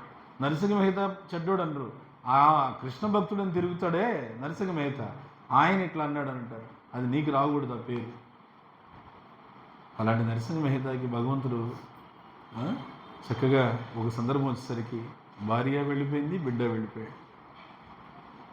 అప్పుడు అందరూ వచ్చి, కృష్ణుడు కృష్ణుడు అన్నాం, ఏమైంది చూడు, భార్య పోయింది, బిడ్డలో పోయారు, ఇంకేముంది నీకు అని అన్నా. నా కృష్ణుని ఏమనొద్దు మీరు, కృష్ణుడు నాకు వైరాగ్యం నేర్పించడానికి ఇగో ఈ 2 బంధాల్లో నేను తగులుకుంటున్నాను గమనించి వాళ్ళని దూరం చేసి నా బంధాన్ని తెంచాడు. ఇందులో నా కృష్ణుడు మీరేమనొద్దు. ఒకవేళ వాళ్ళు ఈరోజు కాకపోయినా రేపైనా వాళ్ళు వెళ్ళిపోవాల్సిన వాళ్ళే, నేను కూడా ఒకరోజు వెళ్ళిపోవాల్సిన వాళ్ళే, మీరు కూడా ఒకరోజు వెళ్ళిపోవాల్సిన వాళ్ళే, దాని గురించి ఎందుకు మీరు కృష్ణుని నిందిస్తారు? కృష్ణుని నిందించకండి, నాకు వైరాగ్య శిఖరాలు చేరుకోవడానికి ఆయన అవకాశం ఇచ్చాడు అని చెప్పి అప్పుడు ఆయన ఇంకా విస్తృతంగా ప్రచారం చేశాడు. విస్తృతంగా ప్రచారం, ఎంత విస్తృతంగా ప్రచారం చేశాడంటే, అప్పుడు ఆయన ఒక పాట, ఈ సౌరాష్ట్ర మొత్తం మీద ఆ పాట చాలా చాలా ప్రసిద్ధి, మీరు వినే ఉంటారు. ఈ పాట గాంధీజీ కూడా పాడుకునేవాడు, అది నరసింహ మెహతా పాట. నేను చిన్నప్పుడు ఆ పాట వినేవాడిని, కానీ ఆ పాట పాడింది ఈ మహానుభావుడని, ఆయన ఇంత గొప్ప భక్తుడని, ద్వారకాధీశ్కి, ఇవన్నీ నాకు తెలియదు, కానీ ఆ పాట నేను బాగా వినేవాడిని. వైష్ణవ జనతో తేరే కహియే రే, పీడు పరాయి జాడే రే. ఎవరు వైష్ణవుడు అంటే, తోటివాడి యొక్క బాధని, తోటివాడి దుఃఖాన్ని, తోటివాడి యొక్క పీడని అర్థం చేసుకొని దానిని తొలగించడానికి తోటివాడికి సహాయం చేయడానికి ముందుకు వచ్చేవాడే వైష్ణవుడు. గాంధీజీ ఇతను ఎక్కువ పాడేవాడు గాంధీజీ, ఎందుకంటే ఆయన ఇక్కడ పుట్టి పెరిగినోడే కదా, ఇక్కడ ఎక్కువ పాడేవాడే. సో ఈ విధంగా నరసింహ మెహతా భగవంతునికి ఎంతో దగ్గర. నేను చివరిగా ఒకటి చెప్పి నేను ముగిస్తాను. నరసింహ మెహతాని ఒక రోజున ఏం చేశారంటే వీళ్ళు అందరూ కలిసి ఇట్లా లాభం లేదని రాజుకు కంప్లైంట్ చేశారు. శాస్త్రాలకు విరుద్ధంగా నడుచుకుంటున్నాడు ఈయన, అంటరాని వాళ్ళ దగ్గరికి వెళ్తున్నాడు, నీచుల దగ్గరికి వెళ్తున్నాడు, వాళ్ళ దగ్గరికి పోయి భగవద్గీత శ్లోకాలు నామ సంకీర్తనలు నేర్పిస్తున్నాడు, శాస్త్రాలకు విరుద్ధంగా నడుచుకుంటున్నాడు. ఈ సంగతి ఏంటో చూడండి. రాజు పిలిపించాడు. రాజు భక్తుడే, కానీ మరి వీళ్ళు కంప్లైంట్ చేసినప్పుడు తీసుకోవాలి కదా వాళ్ళంతా, ఎందుకంటే వాళ్ళు సమాజంలో వాళ్ళు ఉన్నతమైన వర్గం వాళ్ళు. ఏమయ్యా నీ మీద ఈ విధంగా వచ్చింది ఫిర్యాదు, నాకేం తెలియదండి, నాకు భగవంతుడు చెప్పింది ఒకటే తెలుసు. ఆయన ఏమని చెప్పంటే ఏదం పరమం గుహ్యం మద్భక్తే స్వభిదాస్యతి భక్తిమయి పరాంకృత్వ మామే వైశ్యత్య సంశయ. హే అర్జున, ఈ భగవద్గీత జ్ఞానాన్ని 10 మందికి ప్రచారం చేసేవాడికి నేను శుద్ధ భక్తినిచ్చి కాపాడుకుంటానని చెప్పాడు. ఆ మాట నేను ఫాలో అవుతున్నాను అంతే, నాకేం తెలియదు. సరే నీకేం తెలియదు అన్నావు, నీ అమాయకత్వాన్ని నిరూపించుకుంటావా? ఖచ్చితంగా నా అమాయకత్వం. నువ్వు శాస్త్రానికి విరుద్ధంగా నడుచుకుంటావని వాళ్ళు అంటున్నారు, నువ్వేమో శాస్త్రానికి అనుగుణంగానే నడుచుకుంటున్నాను నువ్వు అంటున్నావు. ఈ విషయం తేలాలంటే నేను ఒక పరీక్ష పెడతాను, దానిలో నువ్వు గెలిస్తే నువ్వు శాస్త్రం ప్రకారంగా ఉన్నావని ఒప్పుకుంటాను, లేదంటే నేను శిక్షిస్తాను. సరే మీ ఇష్టం. సరేరా, దామోదర దేవాలయం చూసారు, అక్కడ దామోదర దేవాలయం చూసారు, దామోదర గుడి చూస్తారు కదా, గిన్నెర పర్వతం దగ్గర చూడలేదా? దామోదరు, ఆ దామోదర దేవాలయం దగ్గర తీసుకెళ్ళి రాజు చెప్పాడు, ఈ దామోదరు మెడలో పూలహారం ఉంది, కనిపిస్తుందా? కనిపిస్తుంది. ఇక్కడే కూర్చో, ఒక రోజంతా రాత్రంతా ఇక్కడే కూర్చో, ఏకాంత సేవ అయిపోయి తెల్లారిన వరకు ఇక్కడే కూర్చో. ఇక్కడ కూర్చొని ఉంటే ఆ భగవంతుని మెడలో ఉన్నటువంటి పూలహారం నిజంగా నీలో అమాయకత్వం ఉండి నువ్వు శాస్త్ర సమ్మతంగా నడుచుకునేవాడు అయితే భగవంతుని మెడలో ఉన్న పూలహారం నీ మెడలోకి రావాలి. వస్తే నువ్వు శాస్త్రం ప్రకారం నడుచుకున్నావు, లేకపోతే శాస్త్రానికి విరుద్ధంగా నడుచుకున్నట్టు నేను శిక్షిస్తాను.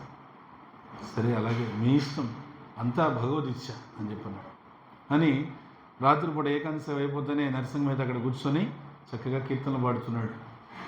లోపల దామోదరుడు ఉన్నాడు. తెల్లారిన వరకు అలానే ఉంది, ఏం కాలేదు. తెల్లారిన తర్వాత వచ్చి తలుపులు తీశారు మంగళహారతికి. చూసి నరసింహ మెహతా మెడలో ఏం మాలలేదు. చూస్తే దామోదరుడి మెడలో మాలుంది. మంగళహారతికి తలుపులు తీశారు. తలుపులు ఎప్పుడైతే తీశారో అందరూ చూస్తున్నాక దామోదరి మెడలో మాల అలా పైకి లేచిపోయి అనామంతం వచ్చి అమాంతము నరసింహ మెహతా మెడలో పడింది. అందరూ చూస్తుండగా వెళ్ళిపడింది. రాజు కూడా చూస్తుండగా పడింది. అందరూ వచ్చి నరసింహ మెహతా పాదాలకి మొక్కారు. ఇంత మహాభక్తుడినా మనం నిందించింది, ఇంత మహానుభావుడినా మనం అపరాధం చేసి తోలునాటి మాట్లాడింది అని అందరూ కూడా రాజు కన్నీరుతో ఆయన క్షమాపణ అడిగాడు. ఈ విధంగా నరసింహ మెహతా తన యొక్క జీవితం అంతా కూడా ఈ ద్వారకాధీశుడి సేవలో సౌరాష్ట్ర జనులందరికీ కూడా ఈ భక్తి గీతాలతో, తెలుగు పాటలతో అన్నమయ్య రామదాసు ఏ విధంగా ప్రేరేపించారో సౌరాష్ట్ర గుజరాతీ గీతాలతో నరసింహ మెహతా ఆ విధంగా ప్రేరేపించారు. ఆ విధంగా ఆయన భగవంతుడి యొక్క వైభవాన్ని ఈ విధంగా చెప్తూ ఏం చెప్పారంటే నరసింహ మెహతా, ఎవరైతే భగవంతుని వైభవాన్ని శ్రద్ధతో విశ్వాసంతో వింటారో ఆ విన్నవాళ్ళదే భాగ్యము. ఎందుకంటే ఎవరైతే అలా వింటారో వాళ్ళకి కోట్ల జన్మలు చేసిన కర్మలు తొలగిపోవటమే కాకుండా ప్రస్తుత జన్మలో ప్రశాంతంగా సంతోషంగా జీవించడానికి కావలసినంత మనోధైర్యం లభిస్తుంది అని చెప్పాడు. మనోధైర్యాన్ని మన తెలుగులో అయితే ఏమంటాం, మనోబలం అంటాం. మనోబలం లభిస్తుంది. ఎప్పుడు మనోబలం లభిస్తుంది? భగవంతుని కథని శ్రద్ధగా వింటే లభిస్తుంది. ఎందుకని? ఆ వినడమే ఒక భాగ్యం కదా, వినడం భాగ్యం కదా. వినరో భాగ్యము విష్ణు కథ వినుబలమిదివో విష్ణు కథ వినరో భాగ్యము విష్ణు కథ ఇందాక చెప్పాను అదే కదా. వెన్ను బలం ఇదివో. వెన్ను బలం అంటే మనోబలం. ఈ విష్ణు కథ బాగా వింటేనే నీకు మనోధైర్యం వస్తుంది. లేకపోతే ప్రతి వాడికి ఫ్యామిలీలో ప్రాబ్లమ్స్ ఉన్నాయి, లేవా? సమస్యలు లేవనే వాళ్ళు చేయొద్దండి, జరగదు. ప్రతి వాడికి కుటుంబంలో నీకు ఒక రకమైన సమస్య ఉంది, నీకు ఒక రకమైన సమస్య ఉంది, నీకు మరొక రకమైన, ఒకరికి ఆరోగ్య ఇబ్బందులు ఉంటే, ఒకరికి ఆర్థిక ఇబ్బందులు ఉంటే, ఒకరికి ఇంకొక ఇబ్బందులు ఉంటే, ఒకరి ఇబ్బందులు. వాటిని తట్టుకునేటువంటి మనోబలం ఎక్కడి నుంచి పొందాలి? అన్నమయ్య చెప్తున్నాడు, ఇక్కడి నుంచి పొందండి. విష్ణు కథని చక్కగా వినండి. ఎందుకు? ఈ విష్ణు కథని వినడం అనేది పూర్వకాలంలో సాయంకాలం అయితే చేసే పని. సాయంకాలం అయితే ఉద్యోగాలు, వ్యాపారాలు, ఇంటి పనులు, వంట పనులు అన్నీ బంద్. సంధ్యా విధి ఏంటంటే ఎలా ఉండేది? సంధ్యా విధి అయితే ఆది నుండి సంధ్యాది విధులలో వేదం వైనది విష్ణు కథ నాదించి నిదే నారదాదులచే వీధి వీధులనే విష్ణు కథ వినరో భాగ్యము. పడండి. విష్ణు కథ వెన్నుబలమిదివో విష్ణు కథ. పూర్వకాలంలో సంధ్య అయిందంటే విష్ణు కథ వేదం. ఇప్పుడు ఈ డైలాగులు లేవు. అప్పట్లో అనేవాళ్ళు పెద్దవాళ్ళు, ఏరా నువ్వు చెప్పిన మాట అయినా వేదవాక్క, అంత పాటించాలా? వేదవాక్క అది అని. వేదవాక్క అంటే కంపల్సరీ. వేదం పోయినది విష్ణు కథ అంటే సాయంకాలం అయిందంటే విష్ణు కథ ఉండాల్సిందే. ఆ విష్ణు కథ చక్కగా విని, కృష్ణ కథ చక్కగా విని ప్రశాంతంగా వెళితే హాయిగా నిద్రపట్టేది. హాయిగా నిద్రపడితే తెల్లారిగా ఆరోగ్యంగా లేచేవాడు. ఈ మధ్య సైంటిస్టులు కనిపెట్టారు, ఆరోగ్యానికి కావాల్సింది అందరూ కూడా ఆహారం పాటించండి, ఈ ఆహారం పాటించండి అంటే ఇవి కాదు, ప్రశాంతంగా నిద్ర పట్టాలి ఫస్ట్, అది ఆరోగ్యానికి ముఖ్యము. ఇప్పుడు ఎక్కడ చూసినా టాబ్లెట్లు, అయినా చాక్లెట్లు లాగా టాబ్లెట్లు అంతా మింగుతున్నారు, నిద్ర మాత్రలు. అట్లా అవసరం లేదు. ఇప్పుడు చూశాను నేను, ఇంతసేపు భాగవతం చెప్పుకున్నాం, ఎంత ప్రశాంతంగా నిద్రపోయారు అమ్మగారులు, అయ్యగారులు, ఎంత ఆనందంగా. గమనిస్తున్నా? ప్రశాంతంగా నిద్ర, అదే కదా కావాల్సింది, అదే కదా. ఏమి అందుకే మా వాళ్ళు చెప్తుంటారు, ఎవరు వచ్చి స్వామి నిద్ర పట్టట్లేదు స్వామి, నిద్ర మాత్రలు వాడినా కూడా అంటే, హాయిగా వచ్చి ఇస్కాన్లో కూర్చుని క్లాస్ వినవయ్యా, భగవద్గీత క్లాసు, భాగవతం క్లాస్ విని ప్రశాంతంగా నిద్ర పడుతుంది. జపం చేయవయ్యా, ప్రశాంతంగా నిద్ర పడుతుంది. ఏమి అయితే ఆ భగవంతుని యొక్క కథ వినడానికి చెప్పేవాడు ఉండాలి కదా. అయిపోయింది. ఎవరు? గోమాతకి సేవక. ఓకే. హరే కృష్ణ. మాతాజీ ధన్యవాదాలు. ఏం పేరు మాతాజీ? పేరు రాధమ్మ గారు. రాధమ్మ గారు భగవంతుని యొక్క అత్యంత ప్రియమైనటువంటి గోమాత సేవకి గ్రహణం అనంతరం ఇచ్చే దానంగా 1500 ఇచ్చారు. ఒకసారి వారి కోసం అభినందన, ఆశీర్వాదం. హరే కృష్ణ కృష్ణ కృష్ణ హరే హరే, హరే రామ రామ రామ హరే. సో ఆయన ఏమైతే అక్కడ అమ్మ ఒక్క నిమిషము, ఆయన అన్నమయ్య ఏం చెప్తున్నాడంటే, పూర్వకాలంలో అలా వినాలి అంటే చెప్పేవాళ్ళు ఉండాలి. నారదముని మొదలుకొని, తుంబురు మొదలుకొని, పర్వతముని, అంగీరముని వీళ్ళంతా వీధుల్లో తిరిగి చెప్పారంట. చెబితే వీళ్ళంతా విని గుర్తుపెట్టుకొని స్మరణతో భగవంతుని సేవ చేసుకున్నాను. కానీ కలియుగంలో విని గుర్తుపెట్టుకోగలరా? నిన్న మధ్యాహ్నం అక్కడ జామవంతుడు గో దగ్గర ఏం చెప్పాను కరెక్ట్గా గుర్తుపెట్టుకొని చెప్తారా అంటారు. కలియుగంలో అందరూ కూడా గట్టి బొరులు, అదేలే మట్టి బొరులు అంటే ఒప్పుకోం, అందుకే చెప్తున్నా. అందుకని ఏం చేశాడు వ్యాసుడు, ఇట్లా విని లాభం లేదు, నారదముని మహానుభావులు వాళ్ళు ప్రవాహంలాగా చెప్పేస్తూ అంటారు విష్ణు కథని. ఆ విష్ణు కథని మనం వదలకుండా, వదలక వేదవ్యాసులు నుడి విన విదిత పావనము విష్ణు కథ సదనం వైనది సంకీర్తనయై వెదకిన చోటనే విష్ణు కథ వినరో భాగ్యము విష్ణు కథ విను బలమిదివో విష్ణు కదా. అప్పట్లో వదలకుండా పట్టుకొని వ్యాసుడు దాన్ని పుస్తకం రూపంలో రాశాడు. ఆ పుస్తకం పేరేమిటి? శ్రీమద్ భాగవతం.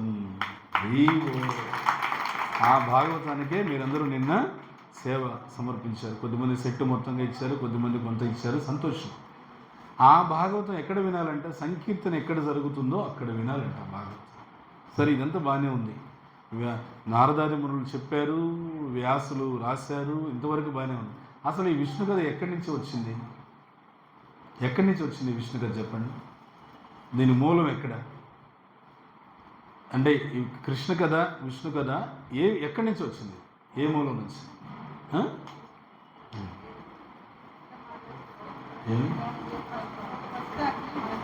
ఒక్క నిమిషం అమ్మా, ఒక్క నిమిషం అయిపోయింది. ఏమంటే గొల్లెతలు సల్లలు గోనకుని చిలుకగా వెళ్ళవిరియాయే విష్ణు కథ. గొల్లెతలంటే గోపికలు, చల్లలంటే కవ్వాలు. వాళ్ళు కవ్వం తీసుకొని చిలుకుతూ ఉంటే అక్కడ వచ్చిందంట విష్ణు కథ బృందావనంలో.